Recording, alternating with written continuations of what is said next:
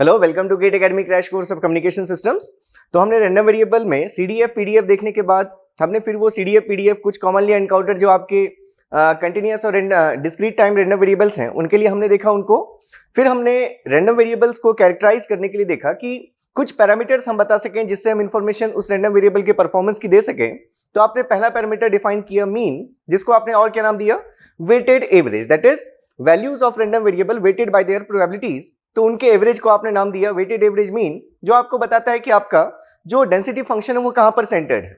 अब अगर सिर्फ हमें ये पता हो कि कहां पर सेंटर्ड है तो हमें इससे उसके स्प्रेड के बारे में कोई नॉलेज नहीं मिलती कि डेंसिटी फंक्शन का स्प्रेड कितना है। मतलब जैसे मान लीजिए आपके पास अगर कोई मीन की वैल्यू है 10, तो ये भी पॉसिबल है कि जितने भी सेट ऑफ नंबर्स रहे हों जिसका आपने वेटेड एवरेज लिया है और 10 आया है, हो सकता है वो सभी वैल्यूज 10 के आसपास रही हों। मतलब कुछ 10 से थोड़ी ज्यादा, कुछ 10 से थोड़ी कम, जिसका ओवरऑल मीन आपको 10 मिला। या ये भी हो सकता है कि जो सेट ऑफ नंबर्स थे उनमें से मैक्सिमम नंबर 10 से बहुत दूर थे, लेकिन कुछ नंबर हमारे मतलब जो वैल्यूज हैं मैक्सिमम नंबर सारे हमारे 10 से बहुत दूर हैं, लेकिन उनका ओवरऑल जो वेटेड आ रहा है आपका एवरेज वो 10 आ रहा है। तो उस केस में स्प्रेड जो होगा वो बहुत ज्यादा होगा। अगर आपके सारे नंबर्स 10 के आसपास ही हैं और मीन भी 10 है, इसका मतलब वहां पर स्प्रेड हमारा कम होगा। तो वही स्प्रेड को डिफाइन करने के लिए आपने एक और पैरामीटर डिफाइन किया जिसको आपने नाम दिया वेरिएंस, जो आपको क्या बताता है कि कोई भी सेट ऑफ पॉइंट्स आपके मीन से कितने डिस्टेंस पर होंगे। एक इंफॉर्मेशन के टर्म्स में अगर हम बात करें, एग्जैक्टली सिर्फ वो डिस्टेंस नहीं है, वहां पर आपने देखा था कि एक्सपेक्टेशन किसका है, ये squared of distance from mean, उसकी एक्सपेक्टेशन, ये एक्सपेक्टेड वैल्यू है। तो आपने जो डिफाइन कर लिए चीजें मीन और आपने वेरिएंस देख लिया। तो यहाँ पर अब हम जो भी आपके गेट, क्योंकि ये गेट का क्रैश कोर्स है तो यहाँ पर हमें थोड़े बहुत क्वेश्चंस लेने ही पड़ेंगे। बहुत इजी सिंपल क्वेश्चंस हैं आपके, जस्ट प्रॉपर्टी बेस्ड क्वेश्चंस हैं। तो कुछ क्वेश्चंस देखेंगे हम जो अभी तक जो आपने चीजें पढ़ी हैं उन पर कैसे इजी क्वेश्चंस क्या लेवल के आए हुए हैं हमारे पास। और उसके बाद फिर हम यहाँ पर देखेंगे जॉइंट डिस्ट्रीब्यूशन फंक्शन, इनकी हम यहाँ पर बात करेंगे, joint cumulative distribution function and probability density function. तो अभी जो हमने डिफाइन कर लिया है, जो चीजें हमने ऑलरेडी कर ली हैं, आपने कहा कि किसी रैंडम वेरिएबल x के लिए मीन म्यू, आप अगर x के लिए निकाल रहे हैं सब्सक्रिप्ट यूज कर सकते हैं, x हमने यूज नहीं किया, दैट इज इक्वल्स टू आपने और कहा एक्सपेक्टेशन ऑफ x, या आपने इसको और नाम दिया एवरेज वैल्यू ऑफ x। तो ये वैल्यू आपने लिखी थी डिस्क्रीट के केस में summation from i is equals to 1 to infinity, जितने भी आपके पास रैंडम वेरिएबल जो वैल्यूज असाइन कर रहे हैं आप उसको, वो xi इंटू उसके करस्पॉन्डिंग जो प्रोबेबिलिटी है उन एक्साइज की, that is xi into pi, ये वैल्यू आपको क्या देगी, मीन की वैल्यू देगी in case of discrete random variable. और यहीं पर अगर कंटिन्यूअस रैंडम वेरिएबल था तो फॉर कंटिन्यूअस रैंडम वेरिएबल आपने लिखा, कंटिन्यूअस रैंडम वेरिएबल के लिए it is mu equals to integration from minus infinity to infinity, यहां पर लिखा आपने x into f x of x dx। ठीक है, तो यहां से अब अगर हम देखें कि ये जो वैल्यूज हम लिख रहे थे, ये आपने ये जो वैल्यू लिखी है x, ये हमने देखा था कि कोई एक पर्टिकुलर वैल्यू नहीं, एग्जैक्टली ये बहुत स्मॉल एक इंटरवल है, और उस इंटरवल के लिए ये जो चीज आपने लिखी है F x of x D x, ये क्या बताता है, उसकी इस x के होने की ये प्रोबेबिलिटी बताता है। तो अगर आपने ऐसे सभी इंटरवल्स के लिए इंटीग्रेट कर दिया from minus infinity to plus infinity, तो ओवरऑल आपको क्या मिल गई, उस रैंडम वेरिएबल के मीन की वैल्यू मिल गई। ऐसे ही आपने देखा अगर वेरिएंस, तो आपने डिफाइन किया variance equals to sigma square, that is expectation function of x minus mu whole square. इसको आप ऐसे भी लिख सकते थे x minus mu whole square, अगर आपका कोई रैंडम वेरिएबल है तो उसकी एवरेज वैल्यू है ये। तो यहां पर आपने इसी डेफिनेशन से लिखा summation from i equals to 1 to infinity, यहां पर जो आप सिर्फ xi लिख रहे थे, अब ये आप लिखेंगे xi minus mu whole square, उसकी प्रोबेबिलिटी, क्योंकि आप देख चुके हैं कि जो हमारे, अगर हमने कहा कि हमारा रैंडम वेरिएबल x है तो x के स्मॉल x लेने की जो प्रोबेबिलिटी है, अगर उस रैंडम वेरिएबल x से आप कोई भी दूसरा रैंडम वेरिएबल डिफाइन करते हैं जैसे x माइनस म्यू का स्क्वायर, तो ये x माइनस म्यू की वैल्यू xi माइनस म्यू होगी। इसकी क्या प्रोबेबिलिटी है, जितनी प्रोबेबिलिटी रैंडम वेरिएबल x की xi होने की प्रोबेबिलिटी, क्योंकि जब रैंडम वेरिएबल x आपका xi होगा, उसी केस में आपका random variable x minus mu का स्क्वायर क्या होगा, xi माइनस म्यू का स्क्वायर होगा। तो इसलिए हमने प्रोबेबिलिटी जो पहले लिखी थी वही प्रोबेबिलिटी हमने यहाँ भी लिखा। और सेम इसी कॉन्सेप्ट से आपने ये भी कहा कि अगर यही चीज हम कंटिन्यूअस रैंडम वेरिएबल के केस में देखते तो यही सिग्मा स्क्वायर को हम लिखते हैं integration from minus infinity to infinity, x की जगह पर आप जिसका मीन ले रहे हैं, दैट इज जिसका एक्सपेक्टेशन फंक्शन आप ले रहे हैं x minus mu whole square, ये x की जगह पर आपने लिखा, और जो x की प्रोबेबिलिटी थी आपने कहा वही प्रोबेबिलिटी इसकी भी होगी, इसलिए यहां पर फिर आपने वैल्यू क्या लिखी, F x of x D x. तो ये हमारे पास दो जनरल रिजल्ट्स थे। तो आपको सिर्फ मीनिंग समझना है, आपको अगर एक्सपेक्टेशन फंक्शन पता है, किसी भी चीज का अगर आपको एक्सपेक्टेशन देखना है, आपके यहाँ ब्रैकेट में जो भी चीज लिखी हुई है, जो भी रैंडम वेरिएबल आपने लिखा है यहाँ पर, उसकी जो भी वैल्यूज पॉसिबल हैं वो वैल्यूज आप लिखिए। जैसे आपने लिखा एक्सपेक्टेशन ऑफ एक्स, अगर आप फाइंड कर रहे हैं तो उसकी possible values in case of continuous आपने लिखा एक्स और उसकी प्रोबेबिलिटी से मल्टीप्लाई करके फिर उसको आप इंटीग्रेट कर दीजिए from minus infinity to plus infinity. यहां पर हमें एक्सपेक्टेशन फाइंड करना था एक्स माइनस म्यू के स्क्वायर का, तो एक्स की जो पॉसिबल वैल्यूज थी उसके करस्पॉन्डिंग हमने लिखा एक्स माइनस म्यू का होल स्क्वायर और इसकी प्रोबेबिलिटी से हमने मल्टीप्लाई किया। और ये आप देख चुके हैं कि प्रोबेबिलिटी एक्स की जो प्रोबेबिलिटी है वही प्रोबेबिलिटी हमारी किसकी है, random variable x minus mu के होल स्क्वायर की value small x minus mu का होल स्क्वायर हो, इसकी प्रोबेबिलिटी भी उतनी ही है, that is F x of x D x. तो आपने इंटीग्रेट कर लिया, आपको रिजल्ट मिल गया। तो जब भी आपको अगर एक्सपेक्टेशन फंक्शन बस आपको पता है कैसे हम कैलकुलेट करते हैं, तो किसी भी रैंडम वेरिएबल के लिए मीन वेरिएंस से बहुत इजीली आप कैलकुलेट कर सकते हैं। हमने फिर वहां ये भी देख लिया था कुछ प्रॉपर्टीज, ये आपने देखी थी प्रॉपर्टीज में कि अगर हम मीन के लिए प्रॉपर्टी देखें तो अगर हमने लिखा कि एक्सपेक्टेशन फंक्शन ऑफ एक्स, अगर एक्स का एक्सपेक्टेशन आप म्यू से लिख रहे हैं तो हमने लिखा expectation of a into x is equals to a times mu. ये हमने देखा था डायरेक्टली आप अगर इसी रिजल्ट में इस एक्स को रिप्लेस कर दें ए एक्स से, क्योंकि अगर आप इस फंक्शन, फिर से आप ये समझिए कि किसी रैंडम वेरिएबल एक्स के लिए आपने कोई दूसरा रैंडम वेरिएबल वाई डिफाइन किया, that is a into x. तो हमने ये देखा था कि अगर हमें इसका मीन चाहिए तो उसको क्या करते हैं हम, जो इस a into x random variable की वैल्यूज पॉसिबल है तो यहां पर हम लिखते हैं इंटू स्मॉल एक्स, उनकी प्रोबेबिलिटी जो रैंडम वेरिएबल x की वैल्यू x के होने की प्रोबेबिलिटी है, मतलब यही चीज, तो हम लिखते हैं ax into f x of x D x और वहां से हमारे पास रिजल्ट क्या आ जाता, a into mu. A constant है, बाहर आ जाता है इंटीग्रेशन के, तो आप इसको लिख सकते थे a म्यू। फिर हमने देखा था कि अगर हमारे पास है expectation function of ax plus b, तो ये आपने देखा था it is equals to a times expectation of x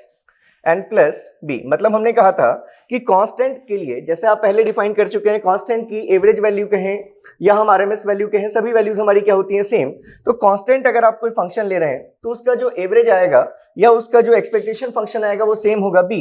तो आप यहां से ये भी चीज देख रहे हैं कि ये जो ऑपरेटर है इसको आप क्या कर सकते हैं, डिस्ट्रीब्यूट कर सकते हैं। अगर आपके पास यहाँ पर जैसे ए एक्स प्लस बी आया, क्योंकि अल्टीमेटली इस ऑपरेटर के लिए आप इंटीग्रेशन यूज करेंगे, तो जहां जैसे यहां पर हमने लिखा x, अगर इसके केस में हम देखें तो ये रिजल्ट हम कैसे फाइंड करते हैं, ये रिजल्ट अगर हमें ये एक्सपेक्टेशन फंक्शन चाहिए होता तो हम इसको इंटीग्रेट करते हैं, integration from minus infinity to plus infinity. क्या लिखते हैं हम, जिसका हमें एक्सपेक्टेशन फंक्शन चाहिए, अगर हम कहें कि हमारा कोई रैंडम वेरिएबल है y, तो इस y की जो भी वैल्यूज लेने की पॉसिबिलिटी है, क्या वैल्यूज होंगी इसमें, अगर रैंडम वेरिएबल x में वैल्यूज थी स्मॉल x, तो इस y में क्या वैल्यू होंगी, a into small x plus b. तो आपने ये लिखा था ax प्लस b और इसको आपने इसकी प्रोबेबिलिटी से मल्टीप्लाई किया। तो आप ये देख चुके हैं कि अगर रैंडम वेरिएबल x की वैल्यू स्मॉल x होगी तभी इस रैंडम वेरिएबल y की वैल्यू ax प्लस b होगी। तो इसलिए आपने ये लिखा था कि अगर ये x के स्मॉल x होने की प्रोबेबिलिटी आपने डिफाइन किया है F x of x D x से, तो इसकी भी प्रोबेबिलिटी उतनी ही होगी और इसलिए आपने यहां पर भी इसको F x of x D x से मल्टीप्लाई करके इंटीग्रेट कर दिया। तो अब क्योंकि ये इंटीग्रेशन का साइन आप ले रहे हैं, जब भी एक्सपेक्टेशन वैल्यू लेंगे तो क्या लेंगे हम, इंटीग्रेशन। अगर इंटीग्रेशन है तो ये कोई भी चीज है, अगर आपके यहाँ पर प्लस का साइन है तो उसके साथ क्या हो जाएगा, ये इंटीग्रेशन दो पार्ट्स में ब्रेक हो जाएगा। तो मतलब यहां से आपने लिख दिया integration minus infinity to infinity a x into f x of x D x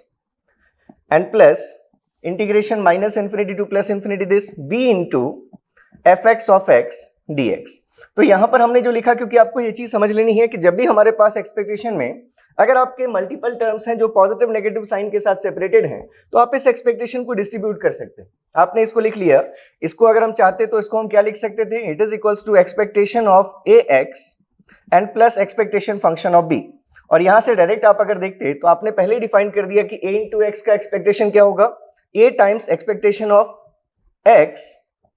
and plus expectation of constant is what, constant. तो ये a into mu plus B आ जाता। यहां से भी आप देख रहे हैं ये कांस्टेंट अगर आप बाहर कर देंगे तब जो इंटीग्रेशन बचेगा वो x into f x of x D x होगा, जिसको आप म्यू कह सकते हैं। तो ये वैल्यू भी यहां से क्या आ रही है,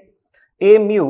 एंड प्लस ये b कांस्टेंट बाहर आ गया। तो इंटीग्रेशन मतलब एरिया लेना प्रोबेबिलिटी डेंसिटी फंक्शन के अंदर का टोटल एरिया, और टोटल एरिया की वैल्यू है 1, तो यहां से ये वैल्यू आ गई।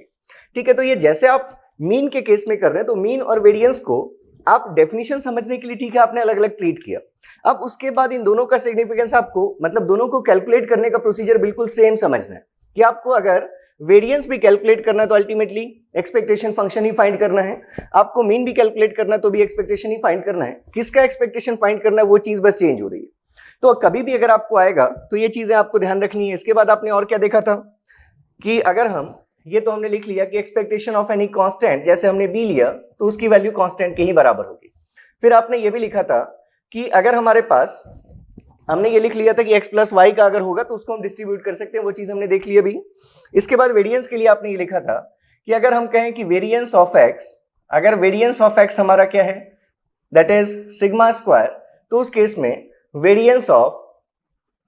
a इंटू एक्स, ये जो वैल्यू होगी ये a स्क्वायर टाइम्स मल्टीप्लाई हो जाएगा जो भी पहले x का वेरिएंस था, मतलब ये सिग्मा स्क्वायर हो जाएगा। तो यहीं से हम ले लेते हैं कि ऐसा हम जो देख रहे हैं, आप अगर क्वेश्चंस को देख लें जो आपके क्वेश्चंस आए हुए हैं,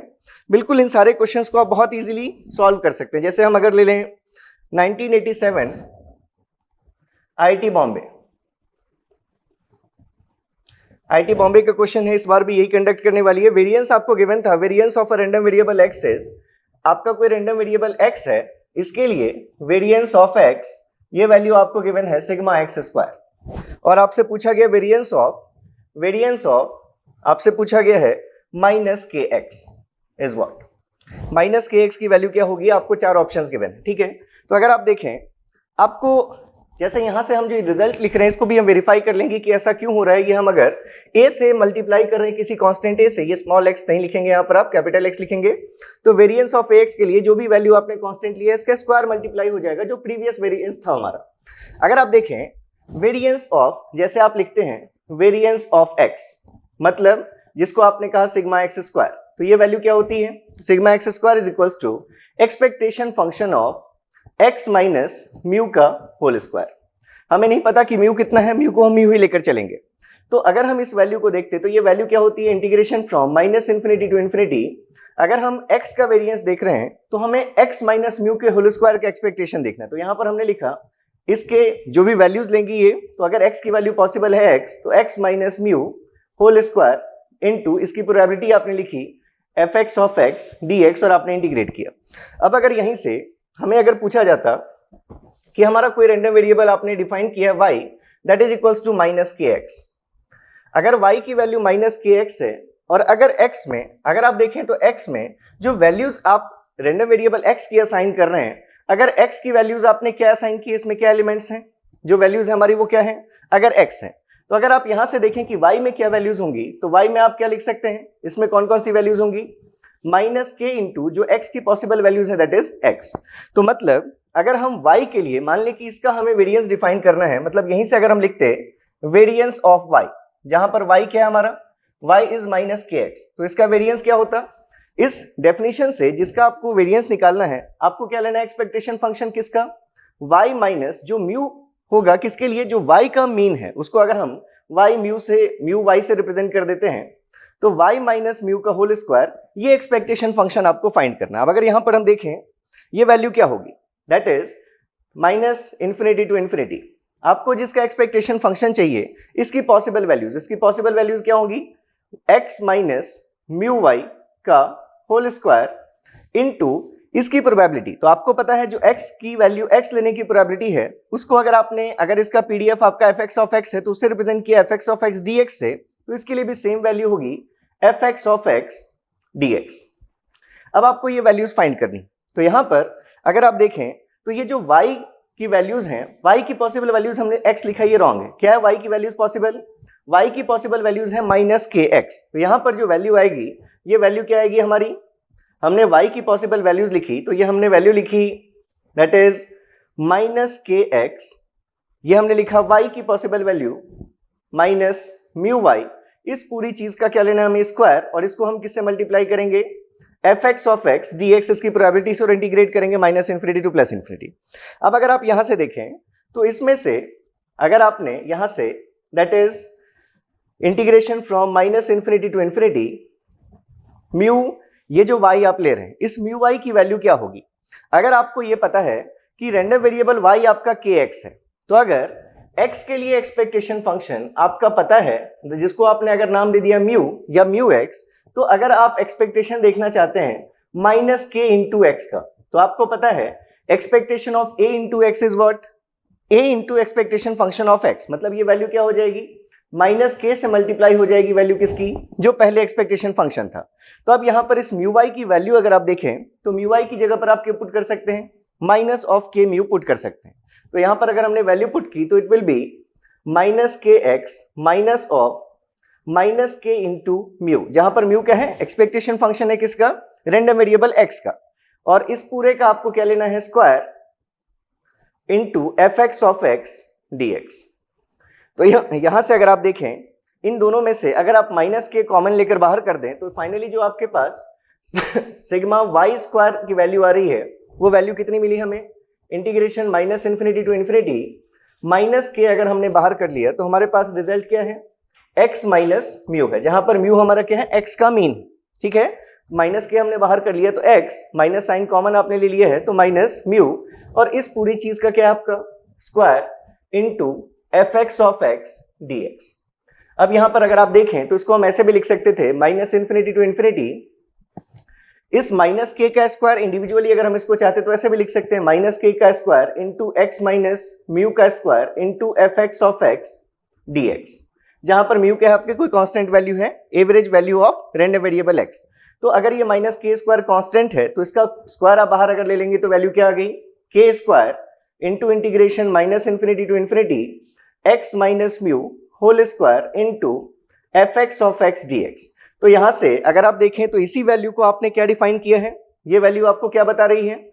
x माइनस म्यू का whole square f x of x D x, मतलब ये रैंडम वेरिएबल x का वेरिएंस है, मतलब ये क्या हमारा it is variance of x that is given to be sigma x square. अगर वेरिएंस की वैल्यू कितनी गिवन है, सिग्मा एक्स स्क्वायर पहले की वैल्यू, तो अब नई वैल्यू क्या आ गई, देयरफॉर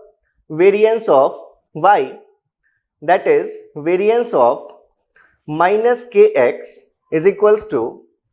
ये वैल्यू कितनी आ गई, k square into sigma x square, या जो भी आपके पास पहले वैल्यू गिवन थी सिग्मा एक्स स्क्वायर। तो ये आपने एक तरह से प्रूफ देख लिया है। तो डायरेक्टली हमें पता था कि अगर हमें वेरिएंस देखना है, हमने पहले लिख लिया था कि अगर x का वेरिएंस सिग्मा स्क्वायर हो तो वेरिएंस ऑफ ax की वैल्यू क्या आएगी, a square times sigma square. तो इसलिए अगर ये आपको variance of x sigma square given था तो आपसे अगर पूछा गया था वेरिएंस ऑफ माइनस के इंटू एक्स, तो आप डायरेक्टली लिख सकते थे माइनस के का स्क्वायर इंटू जो x का वेरिएंस है दैट इज सिग्मा स्क्वायर, तो यहां से वैल्यू तो आपको आ जाती। तो अब ये हमने देख लिया कि ऐसा हम कैसे लिख सकते हैं। जब भी आपको कोई एक्सपेक्टेशन फंक्शन इवैल्यूएट करना है, चाहे वो वेरिएंस के लिए कर रहा हो या फिर वो एक्सपेक्टेशन फंक्शन आप मीन या एवरेज वैल्यू के लिए डिफाइन कर रहे हो, आपको सिंपल ये प्रॉपर्टी लिखनी है कि जो भी आपने एक्सपेक्टेशन के अंदर फंक्शन लिखा है उसकी क्या वैल्यूज पॉसिबल हैं वो यहां पर लिखा आपने, और उसको उसकी प्रोबेबिलिटी से मल्टीप्लाई कर दिया। तो ये जो चीज हम लिख रहे हैं क्या, इसके लिए हमेशा प्रोबेबिलिटी है। जो आपको पता है कि अगर हमने लिखा था कि अगर हम चाहते हैं कि x की वैल्यू, रैंडम वेरिएबल x की value x minus del x से, या हम dx लिख दें x प्लस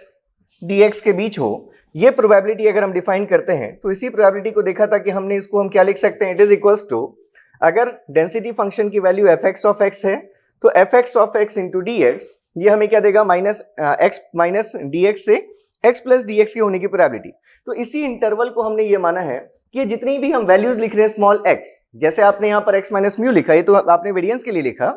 तो ये एक्स क्या हमारा वो स्मॉलेस्ट इंटीजर जो एक्स की वैल्यू को बस कंटेन करे, तो उसकी प्रोबेबिलिटी आपने लिखी। पहले आपने ये फंक्शन लिखा, फिर अब यहां से आपने देखा कि अगर x की वैल्यू x हो, अगर आप ये अप्रॉक्सीमेटली आप क्या कह सकते हैं, आप क्या यूज कर रहे हैं, x इक्वल्स टू x की आप प्रोबेबिलिटी यूज कर रहे हैं, probability of x is equals to what, f x of x D x use कर रहे हैं। एक्चुअली ये एग्जैक्टली ऐसा नहीं है, क्योंकि आपको पता है किसी एक पॉइंट की प्रोबेबिलिटी हमेशा जीरो होगी, तो इसलिए हमने कहा था कि x अगर हम लिख रहे हैं तो आपको अंडरस्टूड करना है ये चीज कि हम बहुत छोटे इंटरवल की बात कर रहे हैं जिसमें हमारी ये वैल्यू इंक्लूडेड है, तो उस इंटरवल की प्रोबेबिलिटी हमारी क्या होगी, F x of x D x. तो फिर हमने ये बात की कि अगर रैंडम वेरिएबल x की वैल्यू स्मॉल x हो, उसकी प्रोबेबिलिटी अगर ये है, तो आपका जो आपने रैंडम वेरिएबल y डिफाइन किया उसके केस में जो वैल्यू होगी हमारी माइनस के इंटू एक्स होने की प्रोबेबिलिटी, वो भी प्रोबेबिलिटी सेम होगी। तो इसलिए आपने यहां पर ये टर्म यूज किया। ये सभी चीजें आप समझ रहे हैं, वर्डिंग्स में आपको ज्यादा नहीं उलझना है। तो यहां से ये जैसे हमने देख लिया तो ये हमारे पास एक आंसर आ गया। ऐसे ही आप अगर देखें नेक्स्ट क्वेश्चन, तो नेक्स्ट क्वेश्चन भी प्रॉपर्टी, ये ठीक है, इसको देख लेते हैं हम। 92 IIT दिल्ली, ये 92 का है IIT डी। तो ये क्वेश्चन भी बिल्कुल सिंपल क्वेश्चन गिवन है आपके पास। ये आपको एक प्रोबेबिलिटी डेंसिटी फंक्शन की वैल्यू गिवन है, तो यहां पर पी एक्स ऑफ एक्स के फॉर्म में गिवन है, एक्स के रिस्पेक्ट में ये वैल्यू हमारी -1 से +3 तक, -1 से +3 तक, और क्योंकि विड्थ 4 है, डेंसिटी फंक्शन है, एरिया 1 होना चाहिए, तो ऑब्वियसली ये हाइट क्या होगी 1/4। और इसको देखकर आपको समझ में क्या आ रहा है, कैसा डिस्ट्रीब्यूटेड रैंडम वेरिएबल है, यूनिफॉर्मली डिस्ट्रीब्यूटेड रैंडम वेरिएबल है in the range x equals to -1 to +3। तो इसके लिए क्या पूछा गया आपसे, values of mean and variance are, simply आपसे सिर्फ मीन और वेरिएंस की वैल्यू पूछी गई। तो मीन के लिए आपको पता है कि अगर आपको मीन चाहिए that is expectation function of x, तो ये वैल्यू क्या होगी, x की पॉसिबल वैल्यूज x इनटू इसकी प्रोबेबिलिटी दैट इज जो यहां पर आपको px ऑफ x से अगर गिवन है तो px ऑफ x dx, ये क्या बताएगी, रैंडम वेरिएबल की वैल्यू x होने की क्या प्रोबेबिलिटी है। तो यहां से अगर हम देखें, इसको हम अगर इंटीग्रेट कर दें उन सारे इंटरवल्स के लिए -∞ टू +∞, तो हमें मीन मिल जाएगा। तो यहां से अगर हम देखें, सबसे पहले जब भी आपके पास कोई प्लॉट आएगा, आपको अगर CDF प्लॉट के फॉर्म में गिवन है, तो पहले आपको उसका एक्सप्रेशन देखना होगा। तो इस रैंडम वेरिएबल के PDF को हम क्या लिख सकते थे, it is equals to 1/4 if x is in between -1 and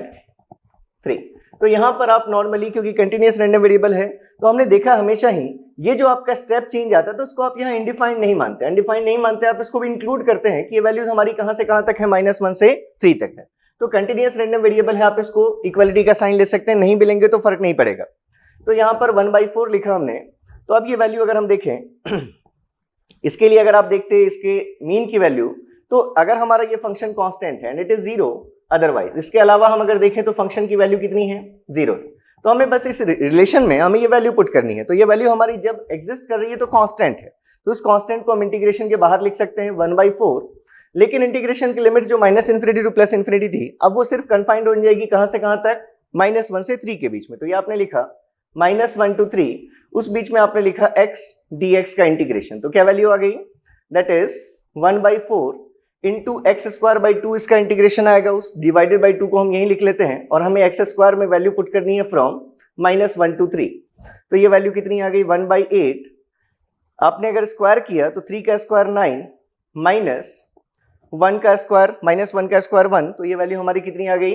8/8। मतलब मीन की वैल्यू कितनी आ गई हमारी, 1 आ गई। तो मीन हमें मिल गया 1। ऐसे ही अगर हमें वेरिएंस देखना होता, वेरिएंस ऑफ x, जिसको आपने क्या लिखा, expectation of x minus mu whole square, तो म्यू हम फाइंड कर चुके हैं, ठीक है, म्यू की वैल्यू हम फाइंड कर चुके हैं, दैट इज व्हाट 1। तो या तो आप इसको ऐसे फाइंड करते कि इसके लिए डेफिनेशन लिखा आपने -∞ टू +∞, यहां हमने वैल्यू लिखी x माइनस म्यू, म्यू की वैल्यू अगर 1 है तो x माइनस म्यू का whole square into fx of x dx, जो यहाँ पर आपको px ऑफ x के फॉर्म में गिवन है, ठीक है, वो बस रिप्रेजेंटेशन है, px ऑफ x dx। तो यहां से अगर आप फिर से देखें, ये px ऑफ x आपका सिर्फ -1 से 3 एग्जिस्ट कर रहा है, और उस डिरेक्शन में कांस्टेंट है, तो इसको आपने बाहर कर लिया, दैट इज 1/4 टाइम्स इंटीग्रेशन हमारा सिर्फ -1 से 3 तक के लिए है, उस बीच में आपका ये जो भी फंक्शन है x माइनस 1 का होल स्क्वायर dx। तो एक तो ये मेथड था, एक दूसरा मेथड क्या देखा था हमने, इसको आप इवेल्युएट कर लेंगे। अब अगर दूसरा मेथड इसी में आपने ये देखा था कि ये जो हम लिखते हैं सिग्मा x², ये जो वैल्यू है इसको हमने अगर रिप्रेजेंट किया सिग्मा स्क्वायर से, तो हमने देखा था sigma square is equals to expectation of x² minus expectation of x whole square. मतलब हमने ये भी देखा था कि हम इसको और कैसे फाइंड कर सकते हैं, अगर हम मीन स्क्वायर वैल्यू निकाल लें और उसमें से हम सब्ट्रैक्ट क्या कर दें, जो भी मीन है उसकी स्क्वायर वैल्यू को हम सब्ट्रैक्ट कर दें। तो यहां से अगर आप एक्सपेक्टेशन ऑफ x² देखते, अगर आपको एक्सपेक्टेशन फंक्शन ऑफ x² चाहिए होता, तो इसी डेफिनेशन में हम यहाँ पर x की जगह पर x² पुट करते, बस सेकंड मोमेंट अगर आप कैलकुलेट कर रहे हैं, अभी भी ये फंक्शन कांस्टेंट है -1 से 3 के बीच में, तो आप इसकी वैल्यू को कांस्टेंट बाहर ले लेते 1/4, इंटीग्रेशन किसका लिखते आप, -1 से लेकर 3 तक x² dx का, x² dx का इंटीग्रेशन क्या आता, x³/3, मतलब ये वैल्यू कितनी आ गई, 1/4 इंटू x³/3 का 3 यहां पर आपने लिख लिया, और ये x³, इसको आपने इंटीग्रेट वैल्यूज पुट की फ्रॉम -1 to 3, तो ये वैल्यू कितनी आ जाएगी, देखिए अगर आप 3 पुट कर रहे हैं तो 3 इंटू 3 इंटू 3 दैट इज 27 और -1, मतलब ये वैल्यू आ रही है हमारी, दैट इज 1/12 इंटू ये वैल्यू हमारी कितनी है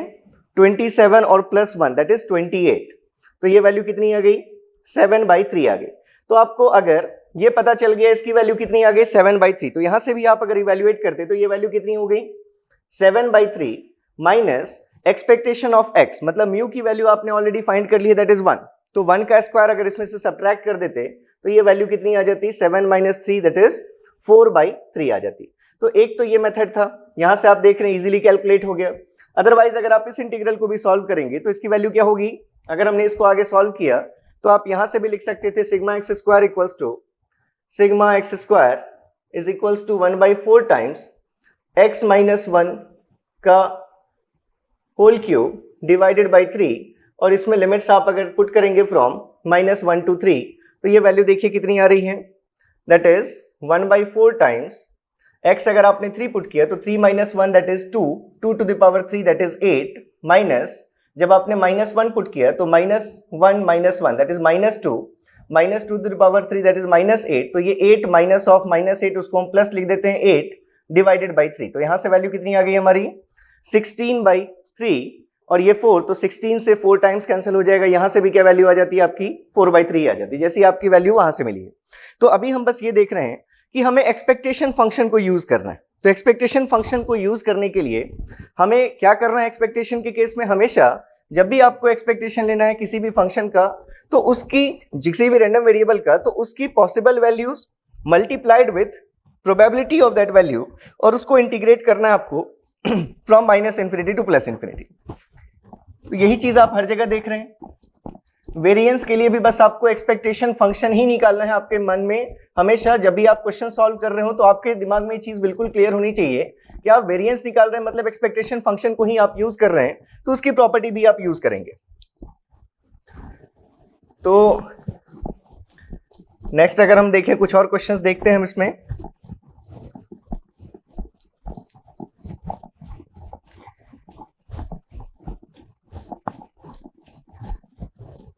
इजी क्वेश्चंस हैं आपके ये सभी,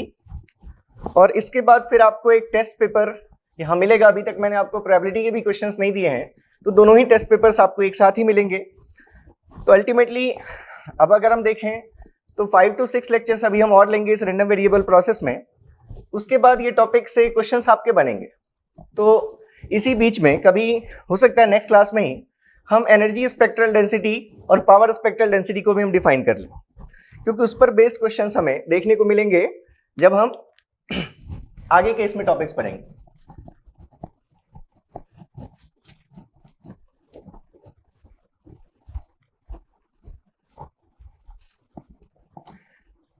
ठीक, तो नेक्स्ट अगर हम देखें, अभी जो चीज हम रिपीटेडली यूज कर रहे हैं और आगे भी करेंगे वो ये चीज है, अभी जैसे हमने डिफाइन किया कि अगर कोई रैंडम वेरिएबल x है जो वैल्यूज x ले रहा है, तो x के लेने की प्रोबेबिलिटी अगर हम देखें इसके लिए, अगर प्रोबेबिलिटी कैसे डिफाइन किया आपने, अगर रैंडम वेरिएबल का पीडीएफ fx ऑफ x से डिफाइंड है, तो उस केस में रैंडम वेरिएबल x की वैल्यू x हो, इसकी प्रोबेबिलिटी आपने कैसे डिफाइन की,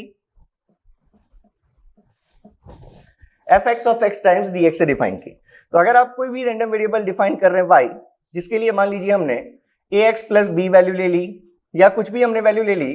कि जो हमारा y इस वैल्यू से अगर मिल रहा है y अगर हमारा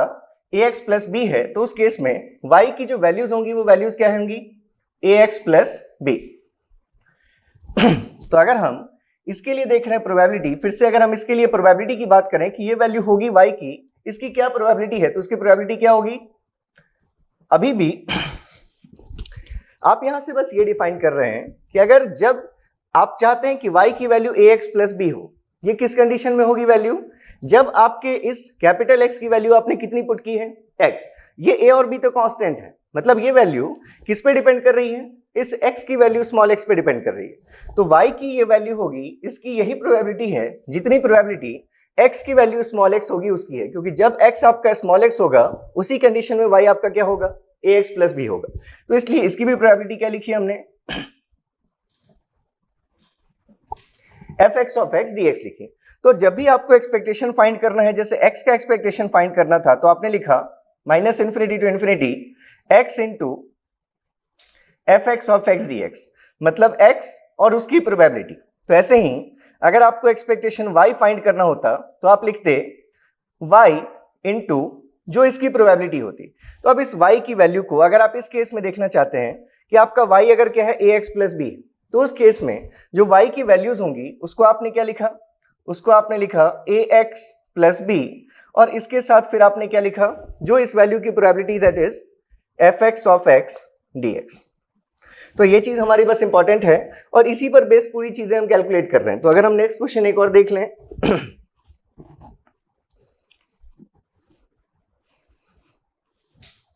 ये आपका और इजी क्वेश्चन है, लेकिन क्योंकि इस टाइप के क्वेश्चंस कभी भी आपको दिख सकते हैं इसलिए बस हम ले रहे हैं कि आपको गिवन है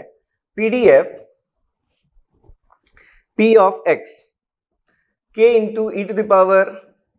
minus x square by 2 from minus infinity to plus infinity. तो इसके लिए पूछा गया value of k should be what.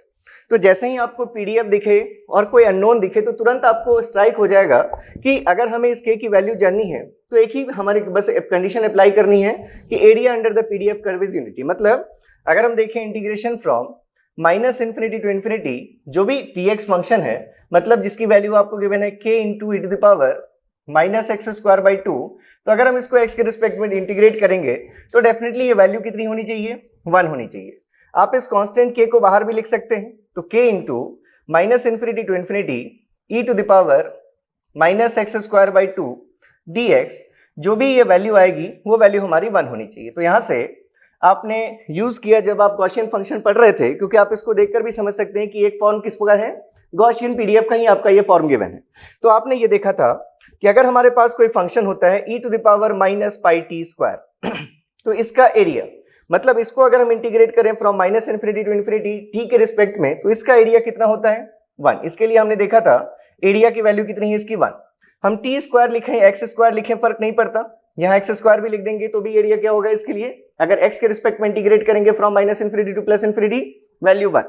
तो अब अगर हमें इस फॉर्म में अगर हम अरेंज कर लें इस फंक्शन को, तो इसका हमें एरिया ही फाइंड करना है। ये जो हम ले रहे हैं integration from minus infinity to infinity, मतलब हम इस फंक्शन के अंदर का एरिया फाइंड कर रहे हैं। तो इस फंक्शन को हम कैसे लिख सकते थे ये भी हमने देख लिया था। यहाँ पाई मिसिंग है तो हमने e to the power minus pi से मल्टीप्लाई और डिवाइड कर दिया, तो अब हमारे पास एक्स स्क्वायर अपॉन 2 पाई है। यहाँ पर हम क्या लिखते हैं, एक्स स्क्वायर अपॉन 2 पाई। अब इस चीज को हम इससे कंपेयर कर सकें तो e to the power minus pi तो आ गया, यहाँ पर सिर्फ x का स्क्वायर है, मतलब यहाँ भी किसी एक पर्टिकुलर वैल्यू का स्क्वायर होना चाहिए। तो आपने अगर इसको इस फॉर्म में लिख लिया e to the power minus pi into x upon under root 2 pi का स्क्वायर, तो अब आपका ये फंक्शन, इन दोनों को आप कंपेयर कर सकते हैं। आप यहाँ देख रहे हैं ये जो x था अब ये किससे रिप्लेस हो रहा है, x upon 1 upon under root 2 pi, मतलब ये अल्फा x से रिप्लेस हो रहा है, जहां पर अल्फा की वैल्यू कितनी है 1 अपॉन अंडर रूट 2 पाई। मतलब आप स्केलिंग कर रहे हैं इस फंक्शन में, जिस अल्फा की स्केलिंग फैक्टर की वैल्यू आपने कितनी ली है 1 अपॉन अंडर रूट 2 पाई ली है। तो अगर स्केलिंग आप करते हैं तो एरिया पर क्या इफेक्ट होता है, जितने फैक्टर से आपने स्केल किया उतने फैक्टर से एरिया डिवाइड हो जाती है। तो मतलब अब जो न्यू एरिया होगा that will be 1 upon under root 2 pi, जिसकी वैल्यू क्या हो जाएगी अंडर रूट 2 पाई। मतलब अगर हम ये इंटीग्रल देखें तो इस इंटीग्रल की वैल्यू हमें मिल गई है इस फंक्शन के अंदर का एरिया, मतलब इसका integration from minus infinity to infinity, और इस एरिया की वैल्यू कितनी मिली हमें अंडर रूट 2 पाई। तो अब इसी इक्वेशन से क्या लिखेंगे हम, k into under root 2 pi equals to 1, therefore k is what 1 upon under root 2 pi. तो ये जो भी ऑप्शन होगा ये हमारा करेक्ट होगा। नेक्स्ट देखें अगर हम इसमें और क्या क्वेश्चंस आए हैं आपके।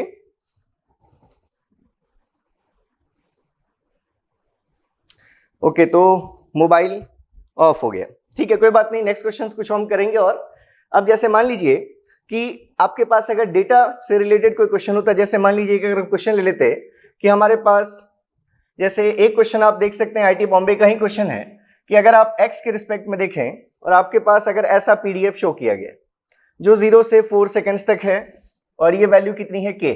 इसी प्रॉब्लम का एक्सटेंशन अगर हम कहें कि यहाँ पर हमें प्रोबेबिलिटी डेंसिटी फंक्शन गिवन है, ये fx ऑफ x, हो सकता है ये अदर फॉर्म में गिवन हो, कुछ और वेरिएबल के फॉर्म में हो, फर्क नहीं पड़ता। मान लिया हमने हमारे पास ये कोई रैंडम वेरिएबल था x, जिसके लिए हमारे पास ये पीडीएफ गिवन है। अब अगर यहाँ से पूछा जाए कि इसका मीन स्क्वायर वैल्यू क्या होगी, इस रैंडम वेरिएबल की मीन स्क्वायर वैल्यू अगर आपको फाइंड करनी है, तो मीन स्क्वायर वैल्यू के लिए मतलब हमने ये देख लिया था, मीन स्क्वायर वैल्यू मतलब expectation function of x square, जो कैसे मिलता है हमें माइनस इन्फिनिटी टू इन्फिनिटी। अगर x की पॉसिबल वैल्यूज स्मॉल x हैं तो x स्क्वायर की पॉसिबल वैल्यूज क्या होंगी, x स्क्वायर होंगी, स्मॉल x स्क्वायर। और जो x के कैपिटल X के स्मॉल x होने की प्रोबेबिलिटी है वही प्रोबेबिलिटी x स्क्वायर के वैल्यू x स्क्वायर अटेन करने की है। तो इसको भी आपने क्या लिखा, fx of x dx लिखा। तो आपको बस याद रखना है कि जब भी आपके पास कोई वैल्यू आ रही है जिसका एक्सपेक्टेशन निकालना है आपको, तो वो वैल्यू लिखिए और fx of x dx से मल्टीप्लाई करके इंटीग्रेट कीजिए। क्यों कर रहे हैं ये चीज आपने देख ली। तो यहां से हमें सबसे पहले ये fx of x फाइंड करना होता। तो अगर हम देखें ये जैसा हमारे पास एक्सप्रेशन गिवन है, ये स्ट्रेट लाइन को फॉलो कर रहा है, मतलब हम लिख सकते हैं कि इस fx of x की वैल्यू fx of x अगर हम देखें तो सिर्फ 0 से 4 सेकंड्स तक ही हम ये अगर इस कंटिन्यूअस रैंडम वेरिएबल के CDF PDF को देख रहे हैं, तो इस स्ट्रेट लाइन की इक्वेशन क्या होती, y इज इक्वल्स टू लिखते हैं आप mx प्लस c। ठीक है, ये आपको दिख रहा है इंटरसेक्शन कहां पर हो रहा है, 0 पर हो रहा है, मतलब ये तो पता चल गया कि c की वैल्यू कितनी है, 0 है। हमें सिर्फ y के लिए x एक्सिस तो हमारी ऑलरेडी x एक्सिस ही है, हमें स्लोप की वैल्यू देखनी है। स्लोप की वैल्यू कैसे पता चलेगी, 4 यूनिट आप टाइम में चल रहे हैं या आप डिस्टेंस कवर कर रहे हैं 4 यूनिट्स, तो वैल्यू कितनी अटेन कर रहे हैं आप, k। तो इस लाइन का जो स्लोप होगा, आप y2 minus y1 upon x2 minus x1 जैसे करते हैं, तो यहां पर स्लोप की वैल्यू क्या होगी, चेंज इन y एक्सिस या आपकी k है। अगर हम स्लोप देखें तो del y upon del x जिसको आप कहें, तो डेल y की value 4 minus 0 that is 4, sorry k minus 0 that is k divided by 4 minus 0 that is 4। तो ये स्लोप की वैल्यू क्या आ गई हमारी, k बाई 4 आ गई। तो अगर आप यहां पर m की वैल्यू पुट करेंगे तो y is equals to k by 4 into x और प्लस जो इंटरसेक्शन है वो 0 पर है। लेकिन ये हमारा रिलेशन सिर्फ कहां से कहां तक के लिए है, 0 से लेकर जब तक x की वैल्यू कहां तक हो, 4 तक। हमने इक्वालिटी का भी साइन इंक्लूड कर लिया, ठीक है। तो ये हमारे पास fx ऑफ x की वैल्यू आ गई। अब यहां से अगर आप देखें कि आपको अगर ये अगर पीडीएफ को रिप्रेजेंट करता है तो क्या होना चाहिए, इस पीडीएफ के अंदर का पूरा एरिया कितना होना चाहिए, यूनिटी होना चाहिए। तो या तो आप इसको इसके साथ लिख लें, इट इज 0, अदरवाइज ऐसा आपने डिफाइन कर दिया। तो आप या तो आप डायरेक्ट देख सकते हैं कि अगर ये ट्राइंगल है तो इसका एरिया 1 होना चाहिए, मतलब अगर ये ट्राइंगल है तो इसका एरिया कितना होगा, इसका एरिया क्या होता है 1/2 इंटू विड्थ इंटू हाइट। तो यहां से आप अगर देखें, अगर कह रहे हैं कि एरिया की वैल्यू कितनी होनी चाहिए, 1 होनी चाहिए, तो यहां से अगर आप k की वैल्यू फाइंड करेंगे तो k की वैल्यू क्या मिलेगी आपको,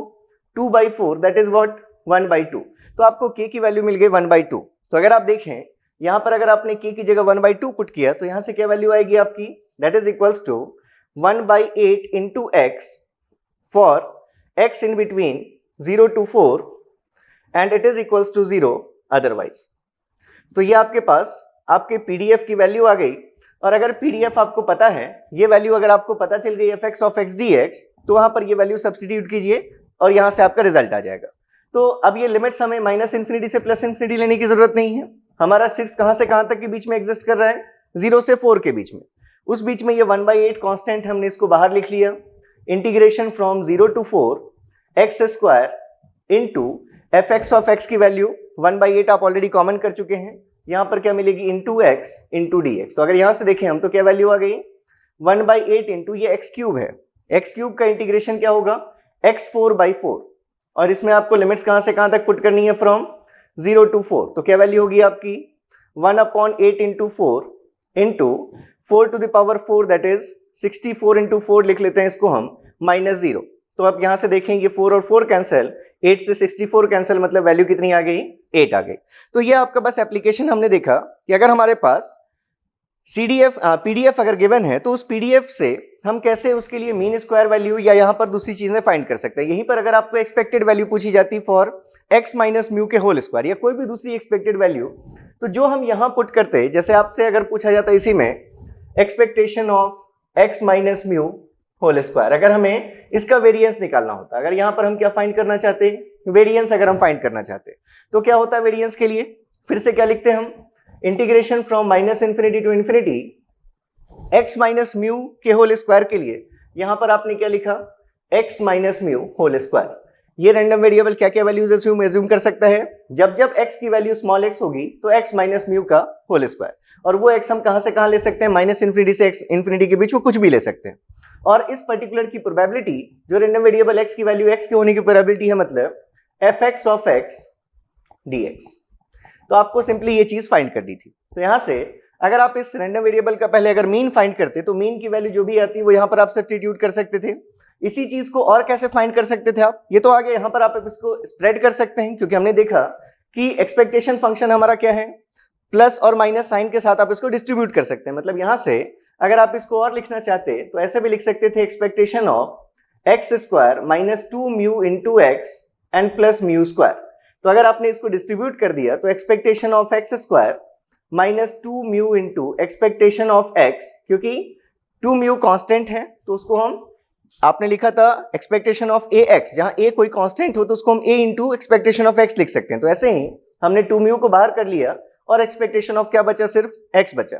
plus expectation function of any constant value, mu square भी क्या है कांस्टेंट, तो इसकी वैल्यू क्या होगी एक्सपेक्टेशन की, म्यू स्क्वायर ही होगी। तो यहां से आपके पास ये रिजल्ट आ जाता। अगर आप ये सिग्मा स्क्वायर फाइंड करना चाहते हैं तो आप पहले एक्स स्क्वायर फाइंड कर लीजिए, मतलब मीन स्क्वायर वैल्यू फाइंड कर लीजिए, और इन दोनों का कॉम्बिनेशन तो आपको पता रहा है। यहां से क्या आएगी वैल्यू, टोटल वैल्यू मतलब क्या आई थी, ये expectation of x square minus mu square आई थी। तो अगर आपने इंडिविजुअली म्यू मीन कैलकुलेट कर लिया, उसका स्क्वायर को सब्ट्रैक्ट करेंगे तो वैल्यू क्या मिल जाएगी हमें, इसके वेरिएंस की वैल्यू मिल जाएगी। तो ऐसे कुछ क्वेश्चंस आप करेंगे, और जो भी आपके पास अगर गेट प्रीवियस ईयर के क्वेश्चन की बुक है तो वहां से आपको ऑलमोस्ट 10 to 12 क्वेश्चंस आपको ऐसे मिल जाएंगे अभी तक जो आ चुके हैं, जितना आपने पढ़ा है उसी के रेंज में से वो चीजें आपको मिल जाएंगी।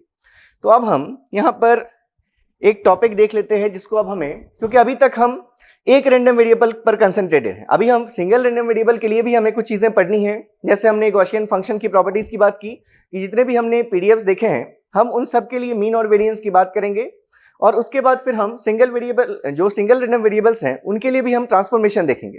लेकिन कई बार ऐसे आपके एक्सपेरिमेंट्स हो सकते हैं जिसको आइडेंटिफाई करने के लिए आपको दो रैंडम वेरिएबल की वैल्यूज को चेक करना पड़े। तो ऐसे एक्सपेरिमेंट्स के केस में आपको यूज करना पड़ेगा joint distribution and joint density functions. तो उसकी अगर हम देखें यहाँ पर तो अब यहाँ पर हम डिस्कस करेंगे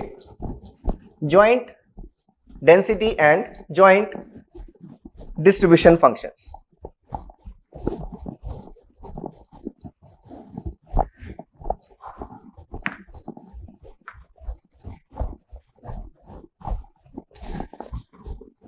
तो लास्ट लेक्चर में आपको दो इजी एग्जांपल्स दिए थे सॉल्व करने के लिए डिस्क्रीट रैंडम वेरिएबल के लिए, कि आप मीन और वेरिएंस निकालने में थोड़ा सा प्रैक्टिस कर लें एक दो क्वेश्चंस। तो क्वेश्चंस आपको वर्कबुक, मतलब जो आपकी गेट की जो बुक है वो आपके पास होनी चाहिए, ठीक है, मतलब क्वेश्चंस एटलीस्ट होने चाहिए, जिससे आपको एक, क्योंकि जब आप किसी भी एग्जाम की प्रिपरेशन करते हैं तो सबसे पहला स्टेप ही वही है। आप प्रीवियसली देखिए किस टाइप के क्वेश्चंस आए हैं, उनको एनालाइज कीजिए। तो मैं आपको इसलिए गेट के क्वेश्चंस नहीं करवाता क्योंकि मैं चाहता हूं कि जब हम ये टॉपिक एंड करें तो आपको खुद लगे कि आपसे सारे क्वेश्चंस बन रहे हैं। फिर भी बीच में एक दो क्वेश्चंस लेना जरूरी है जिससे हमें पता चल सके एक्चुअली गेट में किस टाइप की चीजें आपसे पूछी गई। तो अब हम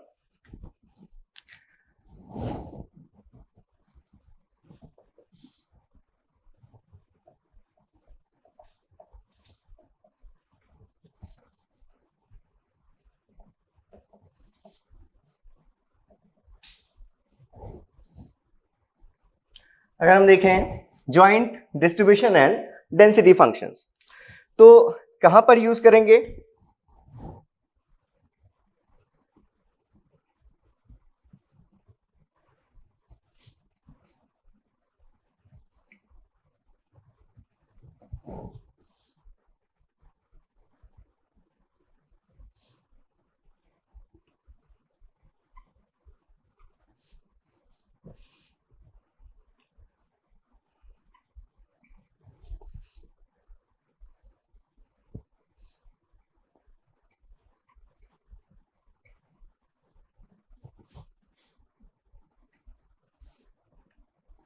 क्या लिख लिया हमने, हम वहां पर इनको यूज करेंगे जहां पर हमारे लिए क्या जरूरी हो, to identify the experiment by 2 or more random variables which may or may not be independent. जब 2 या 2 से ज्यादा रैंडम वेरिएबल्स की इंफॉर्मेशन के बाद आप किसी एक्सपेरिमेंट के आउटकम्स को अगर जज कर पाए, उसको आइडेंटिफाई कर पाए, तो ऐसी चीज को, ऐसे केस में हमें यूज करना पड़ेगा ज्वाइंट, आप कहें सीडीएफ या पीडीएफ का कॉन्सेप्ट, तो उसको हम यहां पर देखने वाले हैं। तो स्टार्ट कहां से कर सकते हैं आप इसके केस में भी, आपने क्या लिखा कि अगर हमारे पास कोई रैंडम वेरिएबल x है जिसके लिए अगर प्रोबेबिलिटी डेंसिटी फंक्शन हमारा fx ऑफ x है, तो इस रैंडम वेरिएबल के लिए अगर हमने ये डिफाइन किया कि रैंडम वेरिएबल x की वैल्यू x से बड़ी और x प्लस dx से छोटी हो, हम अगर इसकी प्रोबेबिलिटी डिफाइन करते हैं तो उस केस में ये प्रोबेबिलिटी किसके बराबर होती है, ये आपने लिखा fx ऑफ x dx, ये लिखा आपने। तो अब यहीं पर अगर मान लीजिए कि हमारे पास ऐसा कोई एक्सपेरिमेंट है जिसमें हमें सिर्फ रैंडम वेरिएबल x नहीं एक और रैंडम वेरिएबल y है, जिन दोनों की कंडीशंस के अकॉर्डिंग अगर हमें देखना है कि उसका परफॉर्मेंस कैसा होगा, तो वहां पर आप जैसे इसको अगर समझें, या सिंपली मान लीजिए हम अगर सिर्फ एक पोर्शन बनाएं, यहाँ पर हमने कोई एक पोर्शन बस शो किया, अगर हमारे ये f(x) ऑफ x के एक पोर्शन को शो कर रहा है विद रिस्पेक्ट टू x, तो यहाँ पर अगर आपने कहा कि ये आपका कोई एक इंटरवल है जिसके लिए ये जो डिस्टेंस है, ये डिस्टेंस जो आप ले रहे हैं, अगर ये डिस्टेंस कितना है dx है, तो इस dx की रेंज में होने की प्रोबेबिलिटी अगर आपको चाहिए तो आप क्या करते हैं, ये एरिया फाइंड करते हैं। ये जो भी एरिया इसके बीच में इनक्लोज हो रहा है, अगर आप ये एरिया फाइंड करते हैं तो यही एरिया आपको प्रोबेबिलिटी बताता है कि रैंडम वेरिएबल की वैल्यू इस ड्यूरेशन में होगी, इसकी क्या वैल्यू है, और इस एरिया की वैल्यू को आपने क्या लिखा, f(x) of x into dx। f(x) of x into dx आपको क्या बता रहा है, एरिया अंडर ये जो फंक्शन हमने लिया है इस दो पॉइंट्स के बीच में जितना एरिया इनक्लोज हुआ इस फंक्शन में, वो हमें प्रोबेबिलिटी बताएगा। अब मान लीजिए कि अगर हम देखें, सपोज हम कहें अगर कि हमारे पास दो रैंडम वेरिएबल्स हैं, अगर हम यहीं पे ड्रॉ करने की कोशिश करते, बस आपको समझाने के लिए थोड़ा सा आप इतना कंसीडर कर सकते हैं। ये मान लीजिए कि आप f(x, y) ऑफ xy, ये अगर हमने डिफाइन किया ज्वाइंट पीडीएफ, जैसा आप यहाँ पर पीडीएफ शो कर रहे हैं फॉर रैंडम वेरिएबल x, वैसा अगर हमने मान लिया कि हमारे पास ये f(x) ऑफ xy है ऑफ xy, इसको हम पहले देख लेते हैं। जैसे मान लीजिए आपने अभी डिफाइन किया कि अगर सिर्फ एक रैंडम वेरिएबल है तो उसके लिए प्रोबेबिलिटी डेंसिटी फंक्शन अगर f(x) ऑफ x है तो उस रैंडम वेरिएबल की वैल्यू x और x प्लस dx के बीच हो, इसकी प्रोबेबिलिटी आपने डिफाइन की f(x) of x into dx से। अब अगर यहीं पर हम कहें कि हमारे पास हमें ये प्रोबेबिलिटी डिफाइन करनी है, दैट इज x की वैल्यू, रैंडम वेरिएबल x की वैल्यू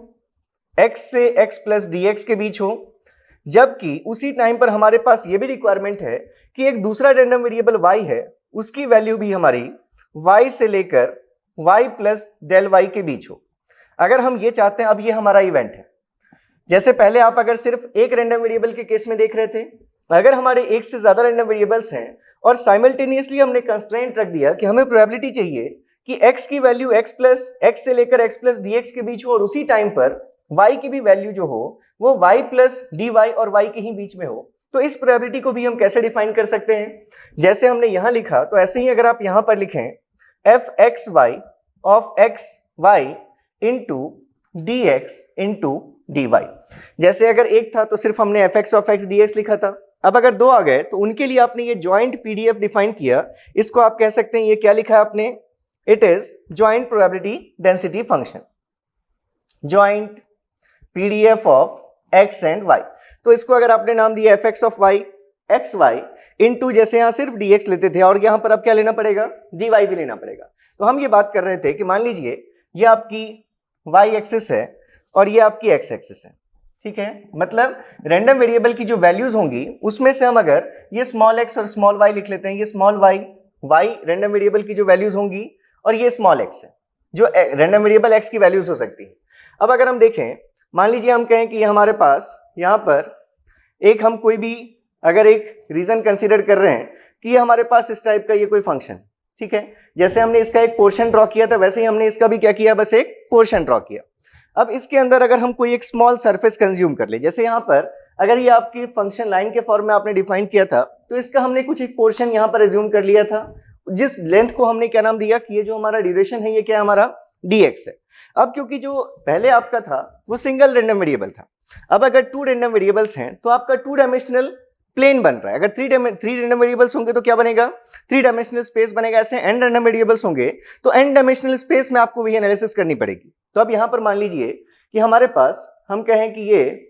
कोई इस टाइप का एक हमने क्या लिया, ये हमने लिया कोई स्मॉल सरफेस, ठीक है। अगर आप देखें, अगर आप इसको प्रोजेक्ट करें ये एक्स वाई की वैल्यूज को देखने के लिए, तो ये हमारे पास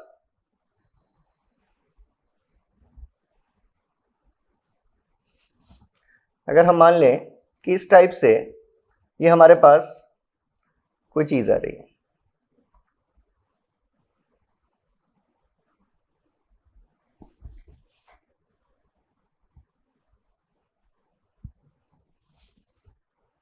अब इसको बस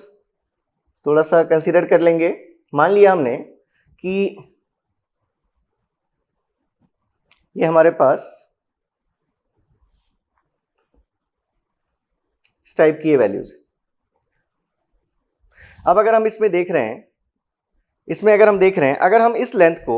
अगर हम कहें कि ये जो लेंथ है हमारी जिसमें एक्स एक्सिस में वेरिएशन है, मतलब आप इसको ऐसे भी समझ सकते हैं कि ये आपने अगर ये प्रोजेक्ट कर लिया इनके दोनों पॉइंट्स को, तो यहाँ पर आप कह रहे हैं ये एक्स है और ये क्या हमारा एक्स प्लस डी एक्स है। ऐसे ही अगर आप ये डिस्टेंस देखें तो अगर आप इसको कहें y और इस पॉइंट को आप कहें y प्लस डी वाई है, तो ये जो आपको सरफेस दिख रहा है इसके केस में ये आपने लिखा dx और ये वैल्यू किसके बराबर है, ये हमारा डिस्टेंस क्या है, ये dy है। तो अब इस केस में अगर जैसे आप यहां पर कह रहे थे कि ये जो एरिया होगा इन दोनों पॉइंट्स के बीच का जो डिस्टेंस है हमारा dx, वो एरिया क्या होगा, मतलब जो प्रोबेबिलिटी आपको चाहिए कि रैंडम वेरिएबल x की वैल्यू x से x प्लस dx के बीच हो, तो ये प्रोबेबिलिटी थी हमारी fx ऑफ x dx। ये क्या बता रही थी, इस एरिया को बता रही थी। अब अगर आप यहां पर देखें तो ये जो वॉल्यूम आपने एनक्लोज किया है, अगर आप इसके बीच में अगर देखें आप, ये जो वॉल्यूम एनक्लोज हो रहा है इसके बीच का जो वॉल्यूम होगा, इस पूरे के बीच में जो वॉल्यूम एनक्लोज होगा, ये वॉल्यूम की वैल्यू आपको किससे मिलेगी, F X Y of X Y D X D Y से। मतलब जैसे आप यहां पर सिर्फ x था आपका रैंडम वेरिएबल, तो ये जो एरिया था ये आपका fx ऑफ x dx क्या डिफाइन कर रहा था, probability of random variable x being in between x and x plus dx। वैसे ही x और y दोनों से मिलकर अगर आपका कोई एक्सपेरिमेंट बन रहा है, उसके लिए अगर आप देख रहे हैं कि अगर रैंडम वेरिएबल x की वैल्यू x से x प्लस dx के बीच हो और y की वैल्यू y से y प्लस dy के बीच हो, ये हमें दिख रहा है कि अगर ये पॉइंट है x और ये dx है x प्लस dx, तो हमने x की जो वैल्यूज वेरी की है वो x से x प्लस dx के बीच वेरी हो रही है, और जो y की वैल्यू है वो y से y प्लस dy के बीच वेरी हो रही है। तो इन पूरे की अगर हम देखें प्रोबेबिलिटी क्या है, तो ये जो हमारा वॉल्यूम एनक्लोज होगा इस क्लोज सरफेस के बीच में, उसको आपने डिफाइन किया कि उसको हम fxy of xy into dx dy लिख सकते हैं। ये हमें क्या देगा, it is equals to probability of what, random variable x की वैल्यू हमारी x से x प्लस dx के बीच हो और उसी टाइम पर रैंडम वेरिएबल y की वैल्यू हमारी y से y प्लस dy के बीच हो। ठीक है, अगर यहां से मैं इसको ज्यादा अच्छे से क्लियर नहीं कर पाया हूं तो आप इसको मत देखिए, बस हमें यह समझना है कि जो भी चीज हम जब भी एक्सपेक्टेशन फंक्शन लिखते हैं तो हमें क्या चाहिए, हमें fx ऑफ x dx चाहिए, ये प्रोबेबिलिटी चाहिए। ऐसे ही अगर हमारा सिर्फ एक रैंडम वेरिएबल से नहीं बना होगा तो हमें वो जो एलिमेंट्री लेंथ के लिए जैसे आपको पहले प्रोबेबिलिटी चाहिए थी, अब वैसे ही एलिमेंट्री सरफेस एरिया के लिए आपको प्रोबेबिलिटी चाहिए, और उसको अगर पूरे में आप इंटीग्रेट कर देंगे तो ओवरऑल आपको क्या मिलेगा, वॉल्यूम की वैल्यू मिलेगी। तो अगर आप यहां से देख रहे हैं कि जैसे हमने पहले लिखा था कि अभी जो हमने लिखी चीज की प्रोबेबिलिटी ऑफ x से लेकर रैंडम वेरिएबल की वैल्यू x प्लस dx के बीच हो और y से लेकर रैंडम वेरिएबल की वैल्यू y प्लस dy के बीच हो, इस चीज को हमने लिखा कि इसको हम क्या लिख सकते हैं, it is equals to F X Y of X Y into dx into dy। ठीक है, ये अब अगर यहीं पर हम इसको अगर एक्सटेंड कर दें इस रिजल्ट को, यहां पर हम क्या ले रहे हैं, x से x प्लस डेल x, मतलब एक इंक्रीमेंटल लेंथ ले रहे हैं हम, उसके बीच में ही वेरिएशन देख रहे हैं x का, y का भी हम एक स्मॉल इंक्रीमेंटल लेंथ के बीच में ही वेरिएशन देख रहे हैं। अब अगर हम इसको जनरलाइज कर दें, अगर हम चाहते हैं कि हम x की वैल्यू देखें दो पॉइंट्स x1 और x2 के बीच में होने की क्या प्रोबेबिलिटी है, और उसी टाइम पर हम चाहते हैं कि y की वैल्यू भी किसी दो पॉइंट्स y1 और y2 के बीच हो, उसकी क्या प्रोबेबिलिटी है, तो बिल्कुल इजीली आपको ऐसा ही मिल जाएगी चीज कि यहां पर अगर आप लिखें जनरलाइजिंग या extending this result to general condition, that is probability of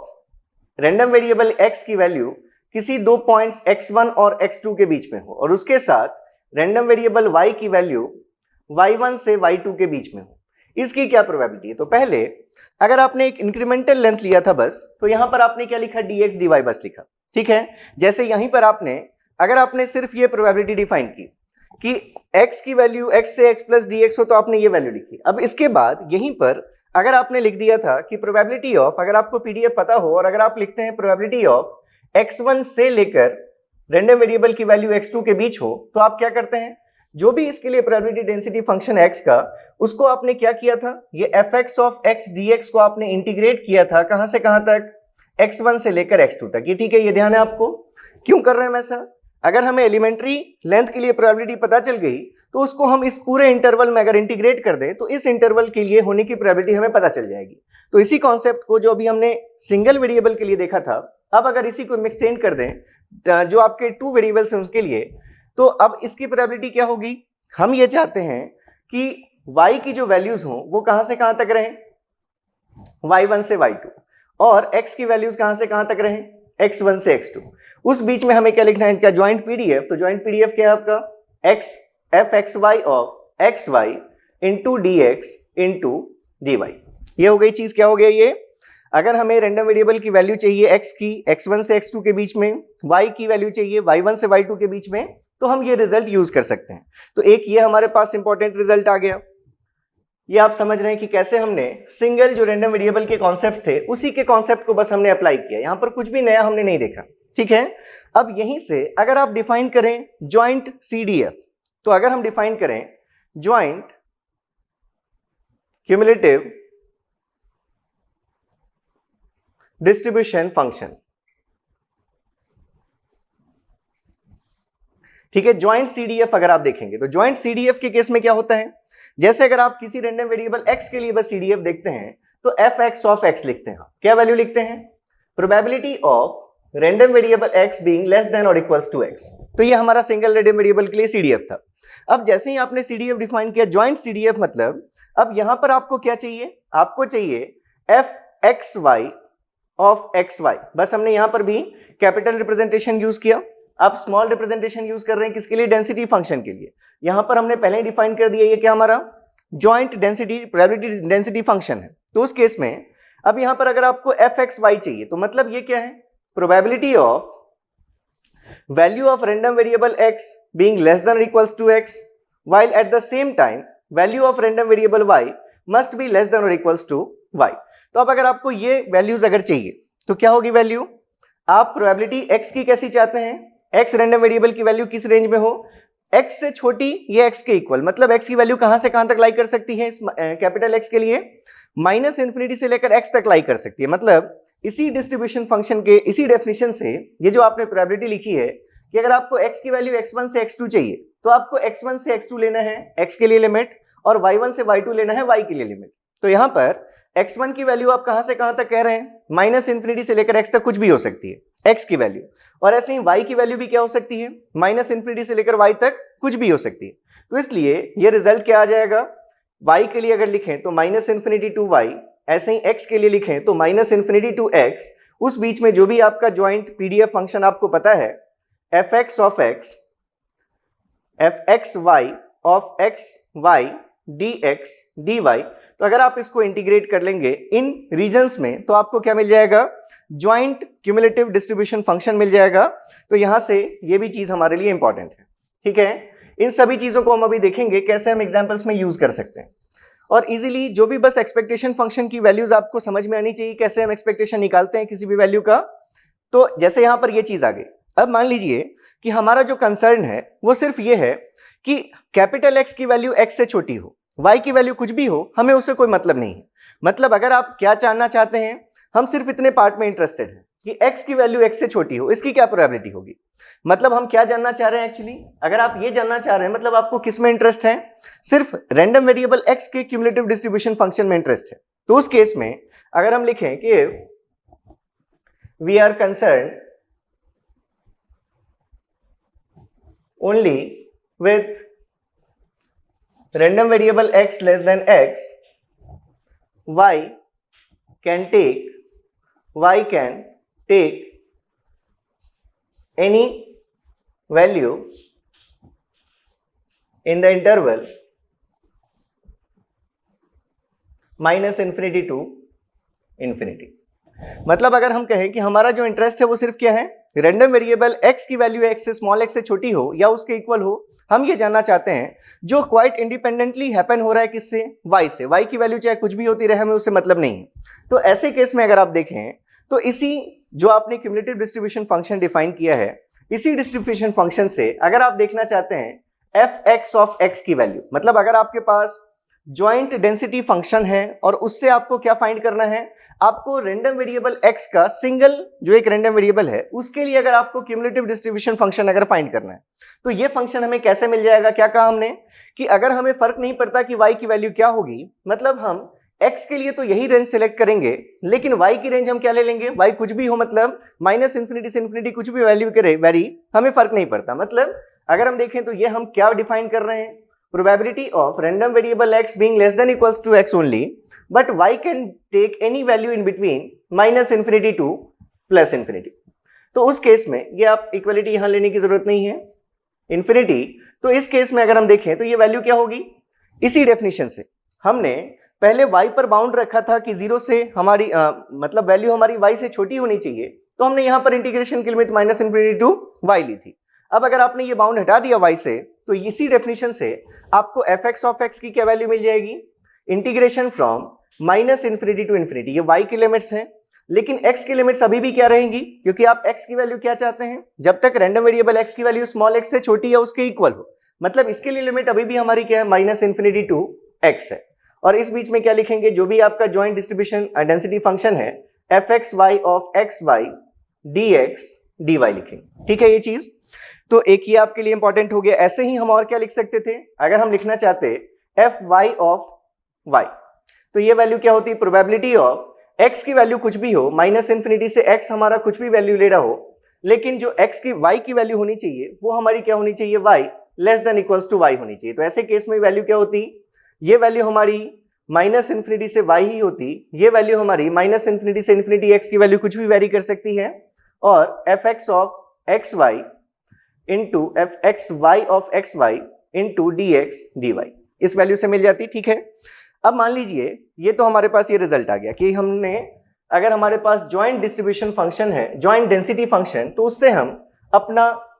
CDF जो सिर्फ रैंडम वेरिएबल x का CDF है वो कैसे फाइंड करें, तो उसके लिए आपके पास ये रिजल्ट आ गया।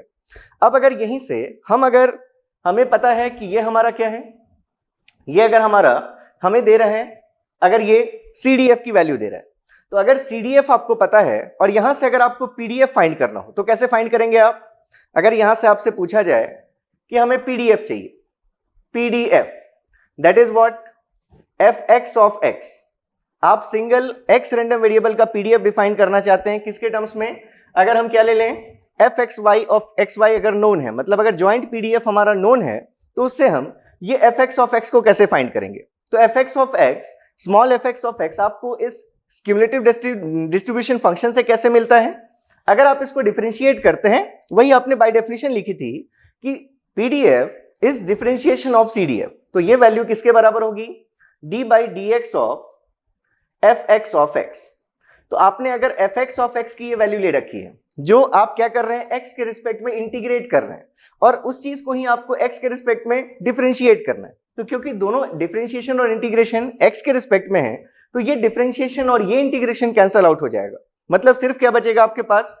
पास ये y के रिस्पेक्ट का इंटीग्रेशन बचेगा। तो इसलिए ये वैल्यू किसके बराबर हो जाएगी,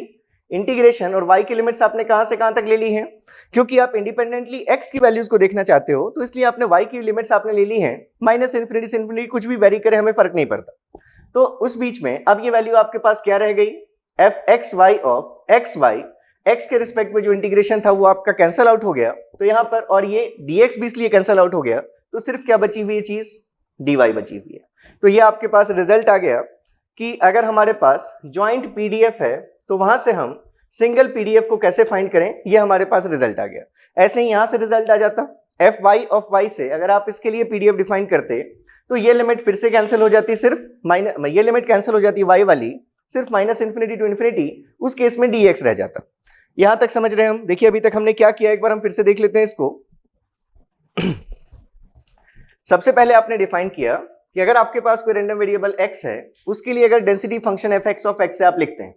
तो उस केस में इस x की वैल्यू x से x प्लस dx के बीच हो, इसकी प्रोबेबिलिटी कैसे मिल जाती है हमें, अगर हम इस f(x) ऑफ x को अगर हम dx से मल्टीप्लाई कर लें, तो हमें ये वैल्यू मिल जाती है। तो ऐसे ही आपने कहा कि अगर दो रैंडम वेरिएबल्स का साइमल्टेनियस परफॉर्मेंस अगर हम देख रहे हैं, तो उस केस में अगर हमें इन दोनों का जॉइंट PDF पता हो, तो हम इस रेंज में प्रोबेबिलिटी अगर देखना चाहते हैं कि x हमारा x से x प्लस dx के बीच हो और y से y प्लस dy के बीच हो, तो अगर इनका हमें जॉइंट PDF पता हो f(x) of y into xy,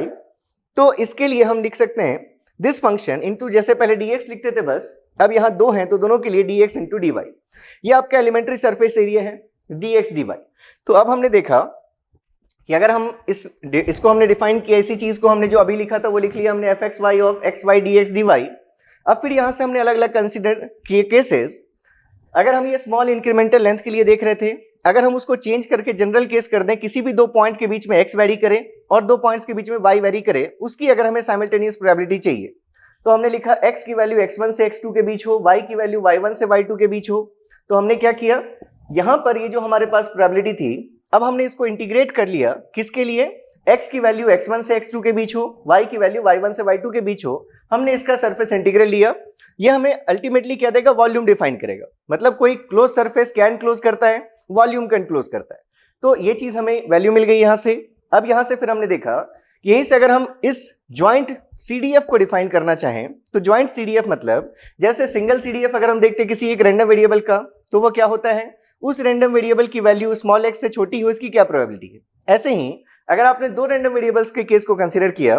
तो x की वैल्यू स्मॉल x से छोटी हो, इसके साथ साथ y की वैल्यू स्मॉल y से छोटी या इसके इक्वल हो, इन दोनों की साइमल्टेनियस क्या प्रोबेबिलिटी है, आपने उसी को डिफाइन किया। और बस यहाँ पर लिमिट्स हमने कैसी चेंज कर ली, x की value less than equals to x, मतलब x कहां से कहां तक वेरी कर सकता है, माइनस इन्फिनिटी से x तक वेरी कर सकता है। y की वैल्यू y से छोटी या इक्वल, तो y कहां से कहां तक वेरी कर सकता है, माइनस इन्फिनिटी से y तक वेरी कर सकता है। उस बीच में ये आपने इंटीग्रेशन ले लिया किसका, जो भी आपके पास ज्वाइंट डेंसिटी फंक्शंस थे। यहीं से फिर हमने डिफाइन किया कि अगर हमारा y में इंटरेस्ट नहीं है, अगर हम सिर्फ x की वैल्यू पर कंसर्न कर रहे हैं कि x की वैल्यू x से छोटी हो, क्या प्रोबेबिलिटी होगी, तो अल्टीमेटली आप कह सकते हैं कि उस केस में हम क्या फाइंड कर रहे हैं, fx ऑफ x फाइंड कर रहे हैं। क्योंकि हमने क्या केस ले लिया है, हमें प्रोबेबिलिटी चाहिए x तो x से छोटा हो, लेकिन y कुछ भी वैल्यू लेता रहे, उसके साथ उससे फर्क नहीं पड़ता। तो इसलिए आपने y की लिमिट्स को किया माइनस इन्फिनिटी टू इन्फिनिटी, लेकिन x की लिमिट को आपने क्या रहने दिया, माइनस इन्फिनिटी टू x। तो ये जो आपको फंक्शन मिला, ये आपको क्या बता रहा है कि अगर आपके पास ज्वाइंट डेंसिटी फंक्शन है, तो उससे आप इंडिविजुअल डिस्ट्रीब्यूशन फंक्शन कैसे निकाल सकते हैं, वो यहां से आपको रिलेशन पता चला। ऐसे ही हमने y के लिए भी देखा कि ऐसा कर सकते थे हम। फिर अब अगर ये CDF है, तो CDF से PDF कैसे मिलेगा, अगर हम इसको x के रिस्पेक्ट में डिफरेंशिएट कर लें। ये जो वैल्यू थी, इसमें x के रिस्पेक्ट में इंटीग्रेशन भी था। दो इंटीग्रेशन में से एक इंटीग्रेशन x के रिस्पेक्ट में था, जो ये dx लिखा हुआ है। तो अब अगर हम x के रिस्पेक्ट में इसको डिफरेंशिएट करेंगे, तो ये इंटीग्रेशन, ये dx, ये चीज हमारी कैंसल आउट हो जाएगी और हमारे पास सिर्फ क्या चीज रह जाएगी, minus infinity to infinity fxy of xy dy रह जाएगी। तो यहां से क्या मिल रहा है हमें, अगर हमारे पास ज्वाइंट डेंसिटी फंक्शन है, तो उससे हम इंडिविजुअल डेंसिटी फंक्शंस को भी फाइंड कर सकते हैं। अगर हमें fx ऑफ x चाहिए, तो y के रिस्पेक्ट में इंटीग्रेट कर दीजिए माइनस इन्फिनिटी टू इन्फिनिटी। अगर fy ऑफ y चाहिए, तो x के रिस्पेक्ट में इंटीग्रेट कर दीजिए इसी ज्वाइंट डिस्ट्रीब्यूशन फंक्शन को, ज्वाइंट डेंसिटी फंक्शन को, from minus infinity to plus infinity. अब यहां तक देखने के बाद एक चीज जो हम यहां पर और देख सकते हैं, उसको बस हम देखते हैं, दैट इज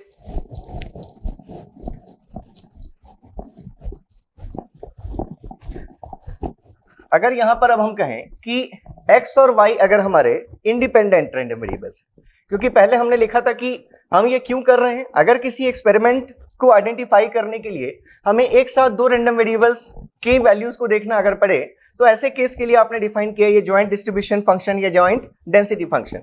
तो अब अगर वो जो इवेंट्स हैं, वो जो आपके दो रैंडम वेरिएबल्स हैं, अगर वो दोनों रैंडम वेरिएबल्स इंडिपेंडेंट हो तो क्या होगा, और अगर डिपेंडेंट हैं तो क्या होगा। तो देखिए, हमने लिखा था कि अभी जो हमने वैल्यू लिखी है वो ये लिखी है कि दिस fxy, आप अगर इसको ऐसे देख लें कि हम ये चाहते हैं, जैसे अभी आपने CDF लिखा, CDF क्या लिखा आपने कि fx ऑफ x, ये वैल्यू जो हमारी थी, ये fx ऑफ x की वैल्यू हमें कैसे मिली, दैट इज इंटीग्रेशन y के रिस्पेक्ट में minus infinity to infinity, x के रिस्पेक्ट में ये value minus infinity to x, और fxy of xy into dx dy। इसको आपने इंटीग्रेट कर लिया, तो आपने और क्या डिफाइन कर दिया, आपने fx ऑफ x भी डिफाइन कर दिया, that is minus infinity to infinity fxy of xy dx dy। ठीक है ये। अब यहां से मान लीजिए अगर हम देखें कि हम ये लिख रहे हैं कि probability of x being less then, अगर हमने ऐसा लिखा है कि लेट इट इज x से लेकर हमारे x की वैल्यू x प्लस dx के बीच हो, और y से लेकर रैंडम वेरिएबल y की वैल्यू y प्लस dy के बीच हो, इस प्रोबेबिलिटी को आपने किससे लिखा है, F X Y of X Y into D X D Y से लिखा है, ये चीज लिखी हमने। अब यहां पर अगर आप कंसीडर करें कि if X and Y are independent, अगर इंडिपेंडेंट होंगे तो जैसा आप लिखते हैं देन एज वी राइट, जैसे आप अगर लिखते हैं, जब हमने कंडीशनल प्रोबेबिलिटी देखी थी तो हमने वहां देखा था कि अगर हम प्रोबेबिलिटी फाइंड करना चाहते हैं ए आई बी जे, जिसको आपने कहा था प्रोबेबिलिटी ऑफ जॉइंट अकरेंस, तो हमने देखा था कि अगर ए आई और बी जे इंडिपेंडेंट हो तो इस प्रोबेबिलिटी को हम और कैसे फाइंड कर सकते हैं, probability of A I multiplied with probability of B J, ऐसा लिखा था हमने। इन केस ये आप लिखें if A I and B Js are independent, ऐसा लिखा था हमने, इंडिपेंडेंट। तो अगर यही सेम प्रोसीजर हम देखें, यहां भी हम क्या कर रहे हैं, हम दो प्रोबेबिलिटीज, मतलब हम ये प्रोबेबिलिटी ऑफ जॉइंट अकरेंस देख रहे हैं, ये एक साथ ये भी चीज हमारी सेटिस्फाई हो और ये भी चीज सेटिस्फाई हो, तो इनका टोटल जो हम प्रोबेबिलिटी डिफाइन करेंगे, ये जॉइंट प्रोबेबिलिटी, ये हमने कैसे डिफाइन किया, इनका अगर हमें जॉइंट पीडीएफ पता हो F X Y of X Y into D X D Y, तो अगर हम इसको ये चीज पता हो तो इसके टर्म्स में हम डिफाइन कर सकते हैं। ऐसे ही अब अगर आप कह रहे हैं कि x और y अगर हमारे इंडिपेंडेंट रैंडम वेरिएबल्स हैं, तो उस केस में इसी रिलेशन को फॉलो करते हुए हम क्या लिख सकते थे, therefore we can write this probability of x से लेकर x प्लस डी एक्स के बीच हो x की वैल्यू, और y से लेकर y प्लस डी वाई के बीच हो हमारे रैंडम वेरिएबल y की वैल्यू, तो इस वैल्यू को हम क्या लिख सकते हैं, प्रोबेबिलिटी ऑफ x की वैल्यू x से लेकर x प्लस डी एक्स के बीच हो multiplied with probability of y की वैल्यू y से लेकर हमारे y प्लस डी वाई के बीच हो। तो अगर हम देखें कि अगर हमने कहा कि अगर एक्स वाई इंडिपेंडेंट है, तो जैसे हमने ये रिजल्ट पहले यूज किया था प्रोबेबिलिटी ऑफ जॉइंट अकरेंस के केस में कि अगर ए आई और बी जे इंडिपेंडेंट हो तो इनका हम इंडिविजुअल प्रोबेबिलिटीज का मल्टीप्लिकेशन लिख सकते हैं। वही चीज अगर हमने यहां पर अप्लाई कर दी, तो अब इस चीज को आप कैसे लिख सकते हैं कि प्रोबेबिलिटी कि हमारे x की वैल्यू x से x प्लस डी एक्स के बीच हो, आप जानते हैं इसको हम क्या लिख सकते हैं, F x of x into D x, ऐसा लिख सकते हैं आप। इसी प्रोबेबिलिटी को आपने क्या नाम दिया, F x of x into D x नाम दिया। और ऐसे ही अगर आप यहां लिखते हैं इस प्रोबेबिलिटी की वैल्यू, तो इसको क्या लिख सकते हैं हम, F Y of Y D Y लिख सकते हैं। तो ये जो वैल्यू है आपकी, ये जो टोटल वैल्यू थी पहले, ये पहले वैल्यू कितनी थी, इस प्रोबेबिलिटी को पहले आपने जॉइंट जो पीडीएफ था उसके टर्म्स में क्या लिखा था, F X Y of X Y D X D Y. तो अब ये चीज हमारे पास क्या आ गई, इसकी वैल्यू को जो पहले हम लिख रहे थे F X Y of X Y into D X D Y, तो अब ये चीज इंडिपेंडेंट अगर हमारे पास इवेंट्स हैं तो उसके केस में इस चीज को हम कैसे लिख पाएंगे, इंडिविजुअल जो हमारे पास डेंसिटी फंक्शंस हैं उनके प्रोडक्ट के फॉर्म में हम लिख पाएंगे rho x of x D x into rho y f Y of Y D y, ऐसा आप लिख सकते हैं। तो ये चीजें आपके दोनों तरफ से आप इसको समझ सकते हैं कि अगर आपको पता है कि आपके इवेंट्स जो रैंडम वेरिएबल्स हैं वो कैसे हैं, अगर इंडिपेंडेंट हैं तो आप ऐसे ओपन कर सकते हैं। अगर आपको जानना है कि वो इंडिपेंडेंट है या नहीं, तो आपके पास जो भी प्रोबेबिलिटी डेंसिटी फंक्शन गिवन है उनके जॉइंट पीडीएफ, अगर आप उसको इस फॉर्म में लिख पा रहे हैं, अगर आप उसको ब्रेक करके F x of x D x into F Y of Y D Y के फॉर्म में अगर लिख पा रहे हैं, तो आप कहेंगे कि दोनों रैंडम वेरिएबल्स कैसे हैं, हमारे इंडिपेंडेंट ऑफ ईच अदर है। ठीक है, अब यहीं से अगर मान लीजिए कि हम डिफाइन करें कि अगर ये चीज हमारी सेटिस्फाई हो रही है कि अगर दोनों इवेंट्स हमारे कैसे हैं, अगर इंडिपेंडेंट है, तो उस केस में अगर हम डिफाइन करना चाहें कि if x and y are independent, then in general अगर हमने देखा कि प्रोबेबिलिटी हम अगर चाहते हैं कि x की वैल्यू x1 से x2 के बीच हो, हम चाहते हैं x की वैल्यू x1 से x2 के बीच हो और y की वैल्यू y1 से y2 के बीच हो, तो अब ये चीज फिर से हम क्या लिख सकते हैं, अगर ये इंडिपेंडेंट है तो इनकी इंडिविजुअल प्रोबेबिलिटीज का मल्टीप्लिकेशन, मतलब probability of x in between x1 and x2 multiplied with probability of y in between y1 and y2, ऐसा लिख सकते हैं आप। तो अगर हमने पहले इंक्रीमेंटल लेंथ का केस लिया था, अब हमने उसी को जनरलाइज कर दिया, दो वैल्यूज कोई भी x1 और x2 ले सकता है अगर, तो अब हम यहां से लिख सकते हैं कि ये जो वैल्यू होगी ये किसके बराबर होगी, it is equals to what, अगर आपको x की वैल्यू x1 से x2 के बीच में चाहिए तो मतलब इस चीज को क्या लिख सकते हैं हम, integration from x1 to x2 fx of x dx multiplied with y1 to y2, जो आपके y के लिए होगी वैल्यू, मतलब fy ऑफ y dy। तो उस केस में ये आप इसको डिस्ट्रीब्यूट कर सकते हैं। इस चीज को हम यहां से क्या लिखते, अगर हम देखें इन जनरल ये चीज क्या होनी चाहिए थी, तो ये चीज होनी चाहिए थी y1 to y2 x1 to x2, यहां पर होनी चाहिए थी चीज fxy of xy dx dy। तो अगर ये हमारे इंडिपेंडेंट इवेंट्स हैं तो इस चीज को हम और कैसे फाइंड कर सकते हैं, हम उस केस में इस fxy ऑफ xy को हम डिस्ट्रीब्यूट कर सकते हैं fx ऑफ x dx और fy ऑफ y dy में, और दोनों का हम इंडिविजुअल इंटीग्रेशन निकालकर उसका प्रोडक्ट ले लें तो हमें क्या मिल जाएगी वैल्यू, इस इवेंट की वैल्यू मिल जाएगी कि x हमारा x1 से x2 के बीच हो और y की वैल्यू हमारे y1 से y2 के बीच हो, तो इसकी क्या प्रोबेबिलिटी है ये यहां से आपको मिल जाएगी। तो इतनी चीजें आपको ध्यान रखनी है ज्वाइंट प्रोबेबिलिटी के केस में, और ये सभी चीजें ऐसा नहीं है कि आपको याद रखने में कोई दिक्कत होगी। अगर आप देखें तो हमने बिल्कुल सीक्वेंशियली ही किया है। एक हम बस जनरल रिजल्ट को लेकर चले कि fx ऑफ x अगर हमें पता है प्रोबेबिलिटी डेंसिटी फंक्शन किसी रैंडम वेरिएबल x का, तो उस रैंडम वेरिएबल की इस रेंज में होने की प्रोबेबिलिटी हमने देखा था कि x से x प्लस dx के बीच में होने की प्रोबेबिलिटी, उसको हम क्या लिख सकते हैं, fx ऑफ x dx लिख सकते हैं। इसी से हमने 2 का केस लिया और उसके लिए फिर हमने जनरलाइज कर दिया। तो ये चीजें आपको ध्यान रखनी है। इस पर क्वेश्चन अगर मान लीजिए एक छोटा सा क्वेश्चन अगर इस फॉर्म का होता कि आपके पास, ठीक है, इसको ये रब कर देते हैं हम, ये देख लिया हमने, आप पॉज करके लिख लीजिएगा। तो जैसे मान लीजिए अगर आपके पास क्वेश्चन होता कि एक आपको जॉइंट पीडीएफ की वैल्यू गिवन है, दैट इज एक जॉइंट पीडीएफ आपका given, that is fxy of xy, अगर ये वैल्यू है 1/4 e to the power minus of mod x minus mod y, ये अगर आपके पास आपको एक पीडीएफ गिवन है जॉइंट पीडीएफ, तो अगर पूछा गया यहां से कि जो आपके इवेंट्स हैं, जो आपके रैंडम वेरिएबल्स हैं x और y, क्या वो इंडिपेंडेंट हैं या नहीं है, आपके पास यहां पर 2 क्वेश्चंस हैं कि पहली चीज कि जो हमारा x and y are independent or not, x और y हमारे इंडिपेंडेंट है या नहीं है, ये आपको फाइंड करना है। और b है आपका कि प्रोबेबिलिटी आपको फाइंड करनी है, that is x will be less than और equals to 1 and y will be less than और इक्वल्स टू 0। इसकी प्रोबेबिलिटी क्या है? अगर आपको ये 2 चीजें फाइंड करनी होती तो सबसे पहले आप इसको देखते fxy ऑफ xy, जो ये वैल्यू है 1/4 e to the power minus mod x, और इस चीज को अगर आप चाहते तो ऐसे भी लिख सकते थे e to the power minus of mod y।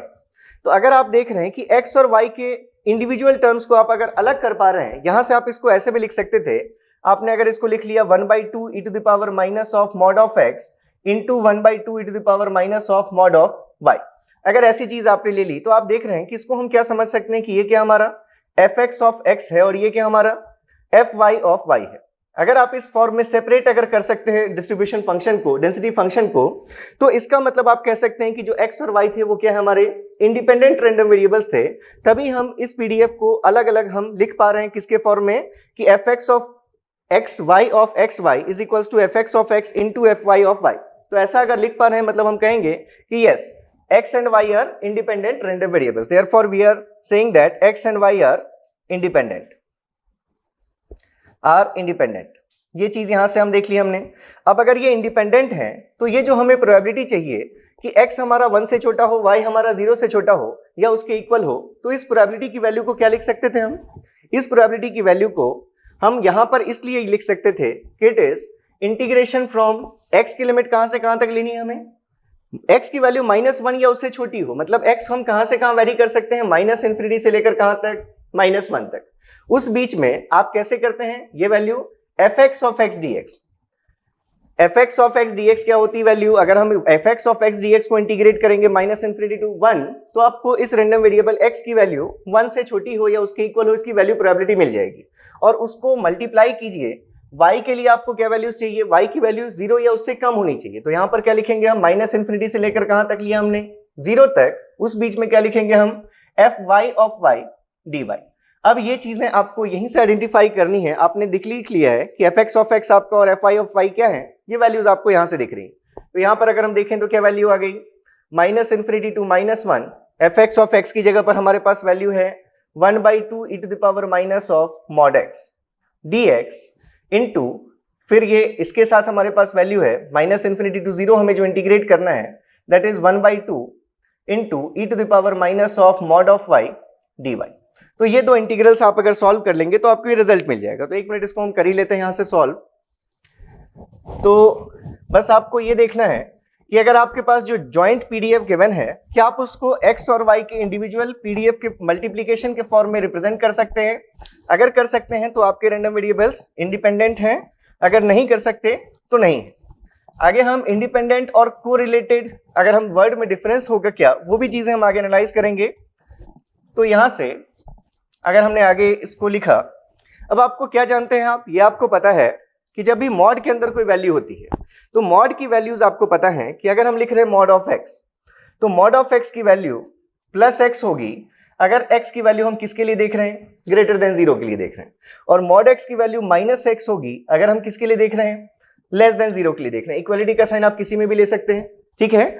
क्योंकि मॉड एक्स की वैल्यू हमेशा पॉजिटिव आनी चाहिए। तो अगर आप मान लीजिए कि एक्स की वैल्यू -4 है, तो उस केस में अगर आप मॉड ऑफ एक्स हमेशा प्लस होना चाहिए, तो कैसे प्लस आएगा, अगर आप माइनस ऑफ एक्स करेंगे तो एक्स अपने आप में नेगेटिव, और माइनस ऑफ माइनस वैल्यू क्या आ जाएगी, पॉजिटिव आ जाएगी। तो अब यहां जो इंटीग्रेशन है आपका, आपको क्या दिख रहा है, इस इंटीग्रेशन में कोई प्रॉब्लम नहीं है, ये माइनस इन्फिनिटी से जीरो है, मतलब सभी नेगेटिव वैल्यूज के लिए आप इंटीग्रेशन ले रहे हैं। तो उस केस में इस जो y की वैल्यू है मॉड ऑफ y, इसकी जगह पर हम क्या पुट करेंगे, माइनस वाई पुट करेंगे। क्यों, क्योंकि हम y की सारी वैल्यूज क्या ले रहे हैं, नेगेटिव वैल्यूज के लिए हम इंटीग्रेशन ले रहे हैं। इस इंटीग्रेशन को अगर आप देखें तो ये जो आपके पास प्रोबेबिलिटी आ रही है of x less than 1 and y less than equals to 0, ये प्रोबेबिलिटी, इस इंटीग्रल को आपको पहले दो पार्ट्स में ब्रेक करना पड़ेगा, क्योंकि ये माइनस इन्फिनिटी से it is not -1, it is what, +1। हम ये क्या लिख रहे हैं, लेस देन 1 लिख रहे हैं, तो ये वैल्यू ऑब्वियसली क्या होगी, 1 होगी। तो ये जो इंटीग्रेशन है आपका, जो माइनस इन्फिनिटी से 1 तक है, अगर हमने इसको दो पार्ट्स में ब्रेक कर दिया,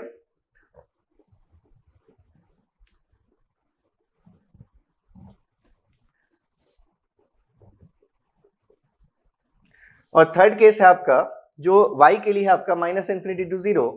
1/2 to the power minus of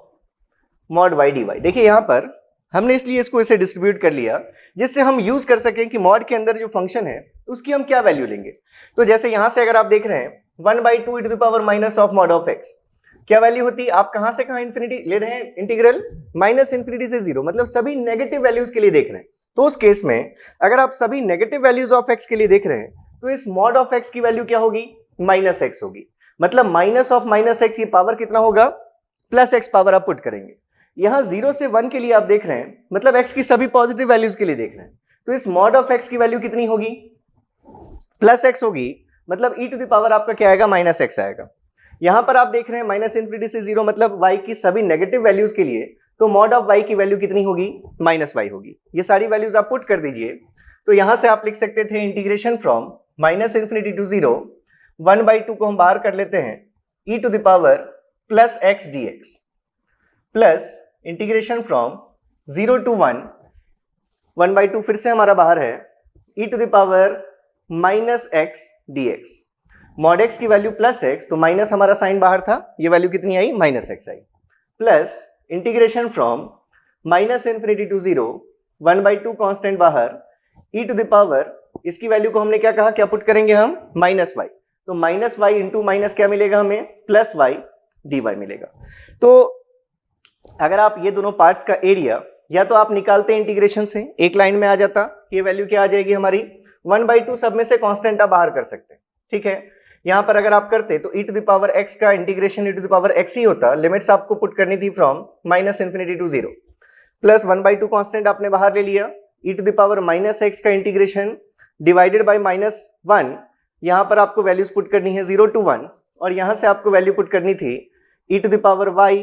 में values from minus infinity to 0। तो देखिए ये तो आप ऐसे कर ही सकते हैं, लेकिन हमने क्या बात की थी कि आपको कुछ चीजें तो सिग्नल के कॉन्सेप्ट्स को यूज करना है। तो आपको ये पता है कि e to the power minus A T U T, चाहे ये फंक्शन हो या e to the power plus A T U of minus T function हो, इन दोनों फंक्शंस के लिए अगर हम देखें तो एरिया की जो वैल्यू होती है, area is equals to 1 upon A. ये जो वैल्यू ए है 1 अपॉन ए से इनका एरिया आपको मिलता है, और इनकी एनर्जी की वैल्यू क्या होती है, energy is equals to, energy is 1 upon 2a, ये इसकी एनर्जी की वैल्यू है। तो ये चीजें अगर आपको पता है, जैसे यहां पर आपको दिख रहा है कि माइनस इन्फिनिटी से जीरो ले रहे हैं, मतलब इसको हम e to the power x into U of minus T भी कह सकते थे, जैसा हमने यहां लिखा है। तो अगर सिर्फ माइनस इन्फिनिटी से जीरो आपको देखना है तो इस एरिया की वैल्यू क्या होती, 1 अपॉन ए की वैल्यू आपको दिख रही है 1, तो मतलब ये रिजल्ट 1 आएगा। अगर आप यहां से भी देखें तो अगर आप ये पुट करेंगे पावर जब 0 तो वैल्यू 1, माइनस जब इन्फिनिटी पुट करेंगे पावर तो वैल्यू 0, तो 1 माइनस 0 रिजल्ट कितना आया आपका, 1 आया, रिजल्ट आपका ये 1 है। यहां से भी अगर आप देखेंगे तो इसके लिए भी ए की वैल्यू 1 है, तो एरिया कितना होता है माइनस इन्फिनिटी से 0 का एरिया 1 अपॉन 1, मतलब ये वैल्यू भी कितनी होगी, 1 होगी। तो टोटल रिजल्ट कितना आ गया आपका, ये 2। मतलब आप अगर देखें, देखिए अब यहां पर क्या कर रहे हैं हम, ये जो वैल्यू है आपकी ये ठीक है, लेकिन इसके साथ आपको सेकंड वाले का क्या लेना है, प्रोडक्ट लेना है। ये आपका क्या है, एफ एक्स वाई, मतलब आपने जो वैल्यू लिखी है तो यहाँ बीच में प्रोडक्ट का साइन है, तो ये दोनों आपने फर्स्ट वाले पार्ट को आपने एक्सपेंड किया, उसके साथ आपको ये प्रोडक्ट लेना है। तो ये हम 1/2 अलग लिख लेते हैं, और यहाँ पर प्रोडक्ट है हमारा 1/2 इंटू दिस वैल्यू, ठीक है ये। तो अब यहाँ से अगर हम देखें तो प्रोडक्ट 1/2 इंटू 1/2 क्या लिख सकते थे आप, 1/4 लिख सकते थे, ठीक है। इंटू अगर हम देखें तो इसकी वैल्यू कितनी आ गई, ये वैल्यू आ गई 1, और यहाँ से अगर आप वैल्यू देखें तो e टू द पावर -1, अगर आप इसकी वैल्यू को देखते तो e to the power -1 minus जब 0 पुट करेंगे तो 1 डिवाइडेड बाई -1, मतलब ये वैल्यू अगर आप माइनस मर्ज कर दें तो 1 minus e to the power -1 है। तो इसको हम इस फॉर्म में लिख लेते हैं, it is 1/2 into 1 plus 1 minus e to the power -1, ये हमारे पास वैल्यू है, और इंटू 1/2 इंटू 1, ये तो वैल्यू हमारी 1 हो गई, तो मतलब 1/2 इंटू 1 ये वैल्यू कितनी है, 1/2 ही है। तो अब यहां से अगर आप देखें तो ये वैल्यू कितनी है, 1/2 into 1/2 that is 1/4 into 1 plus 1 that is 2 minus e to the power -1, ये हमारा फाइनल आंसर है। तो ये तो कैलकुलेशंस हैं। तो देखिए इस टाइप की कैलकुलेशंस क्योंकि हमेशा हमें कम्युनिकेशन में करने पड़ेंगे, जब भी हमारे पास कोई मॉड का फंक्शन आएगा और इंटीग्रेशन अगर हमें लेना है तो पहले इंटीग्रेशन को आप माइनस इन्फिनिटी से 0 और फिर 0 के बाद के लिए बांट दीजिए, जिससे कि माइनस इन्फिनिटी से 0 वाला जो पार्ट होगा उसमें मॉड ऑफ एक्स की वैल्यू को आप -x लेंगे, और जो 0 के बाद वाला पार्ट जो होगा उसमें आप मॉड ऑफ एक्स को क्या लेंगे, +x लेंगे। तो ये ज्वाइंट डिस्ट्रीब्यूशन फंक्शन और डेंसिटी फंक्शन अगर आपको पता है तो इससे हमने ये भी देख लिया कि अगर हमें कभी fx ऑफ x चाहिए होगा तो वो भी मिल जाएगा हमें, चाहे हमें सिंगल CDF चाहिए वो भी मिल जाएगा, सिंगल PDF चाहिए वो भी मिल जाएगा। इंडिपेंडेंट अगर हैं तो हमने कहा कि ये जो हम दो इवेंट्स लिख रहे हैं इन दोनों की अलग अलग हम प्रोबेबिलिटीज ले लें तो वहां से ही हमें क्या मिल जाएगी, वैल्यू, इस टोटल इवेंट की वैल्यू मिल जाएगी। तो इंडिपेंडेंट थे इसलिए हमने x के 1 से छोटे होने के लिए जो x का PDF था उसको इंटीग्रेट किया -∞ to 1, और मल्टीप्लीकेशन में हमने साथ में लिखा कि y की वैल्यू 0 से कम होने के लिए -∞ से 0 तक इंटीग्रेशन किसका, fy ऑफ y dy का। तो इस लेक्चर में अब हम यहीं तक रहने देते हैं। नेक्स्ट लेक्चर में फिर हम देखेंगे इसके आगे की चीजें, और जो हमने मीन वेरिएंस डिफाइन किया है उसको हम अलग अलग PDFs के लिए फिर हम एनालाइज करेंगे। तो तब तक आप प्रैक्टिस करते रहिए। Thank you so much, all the best.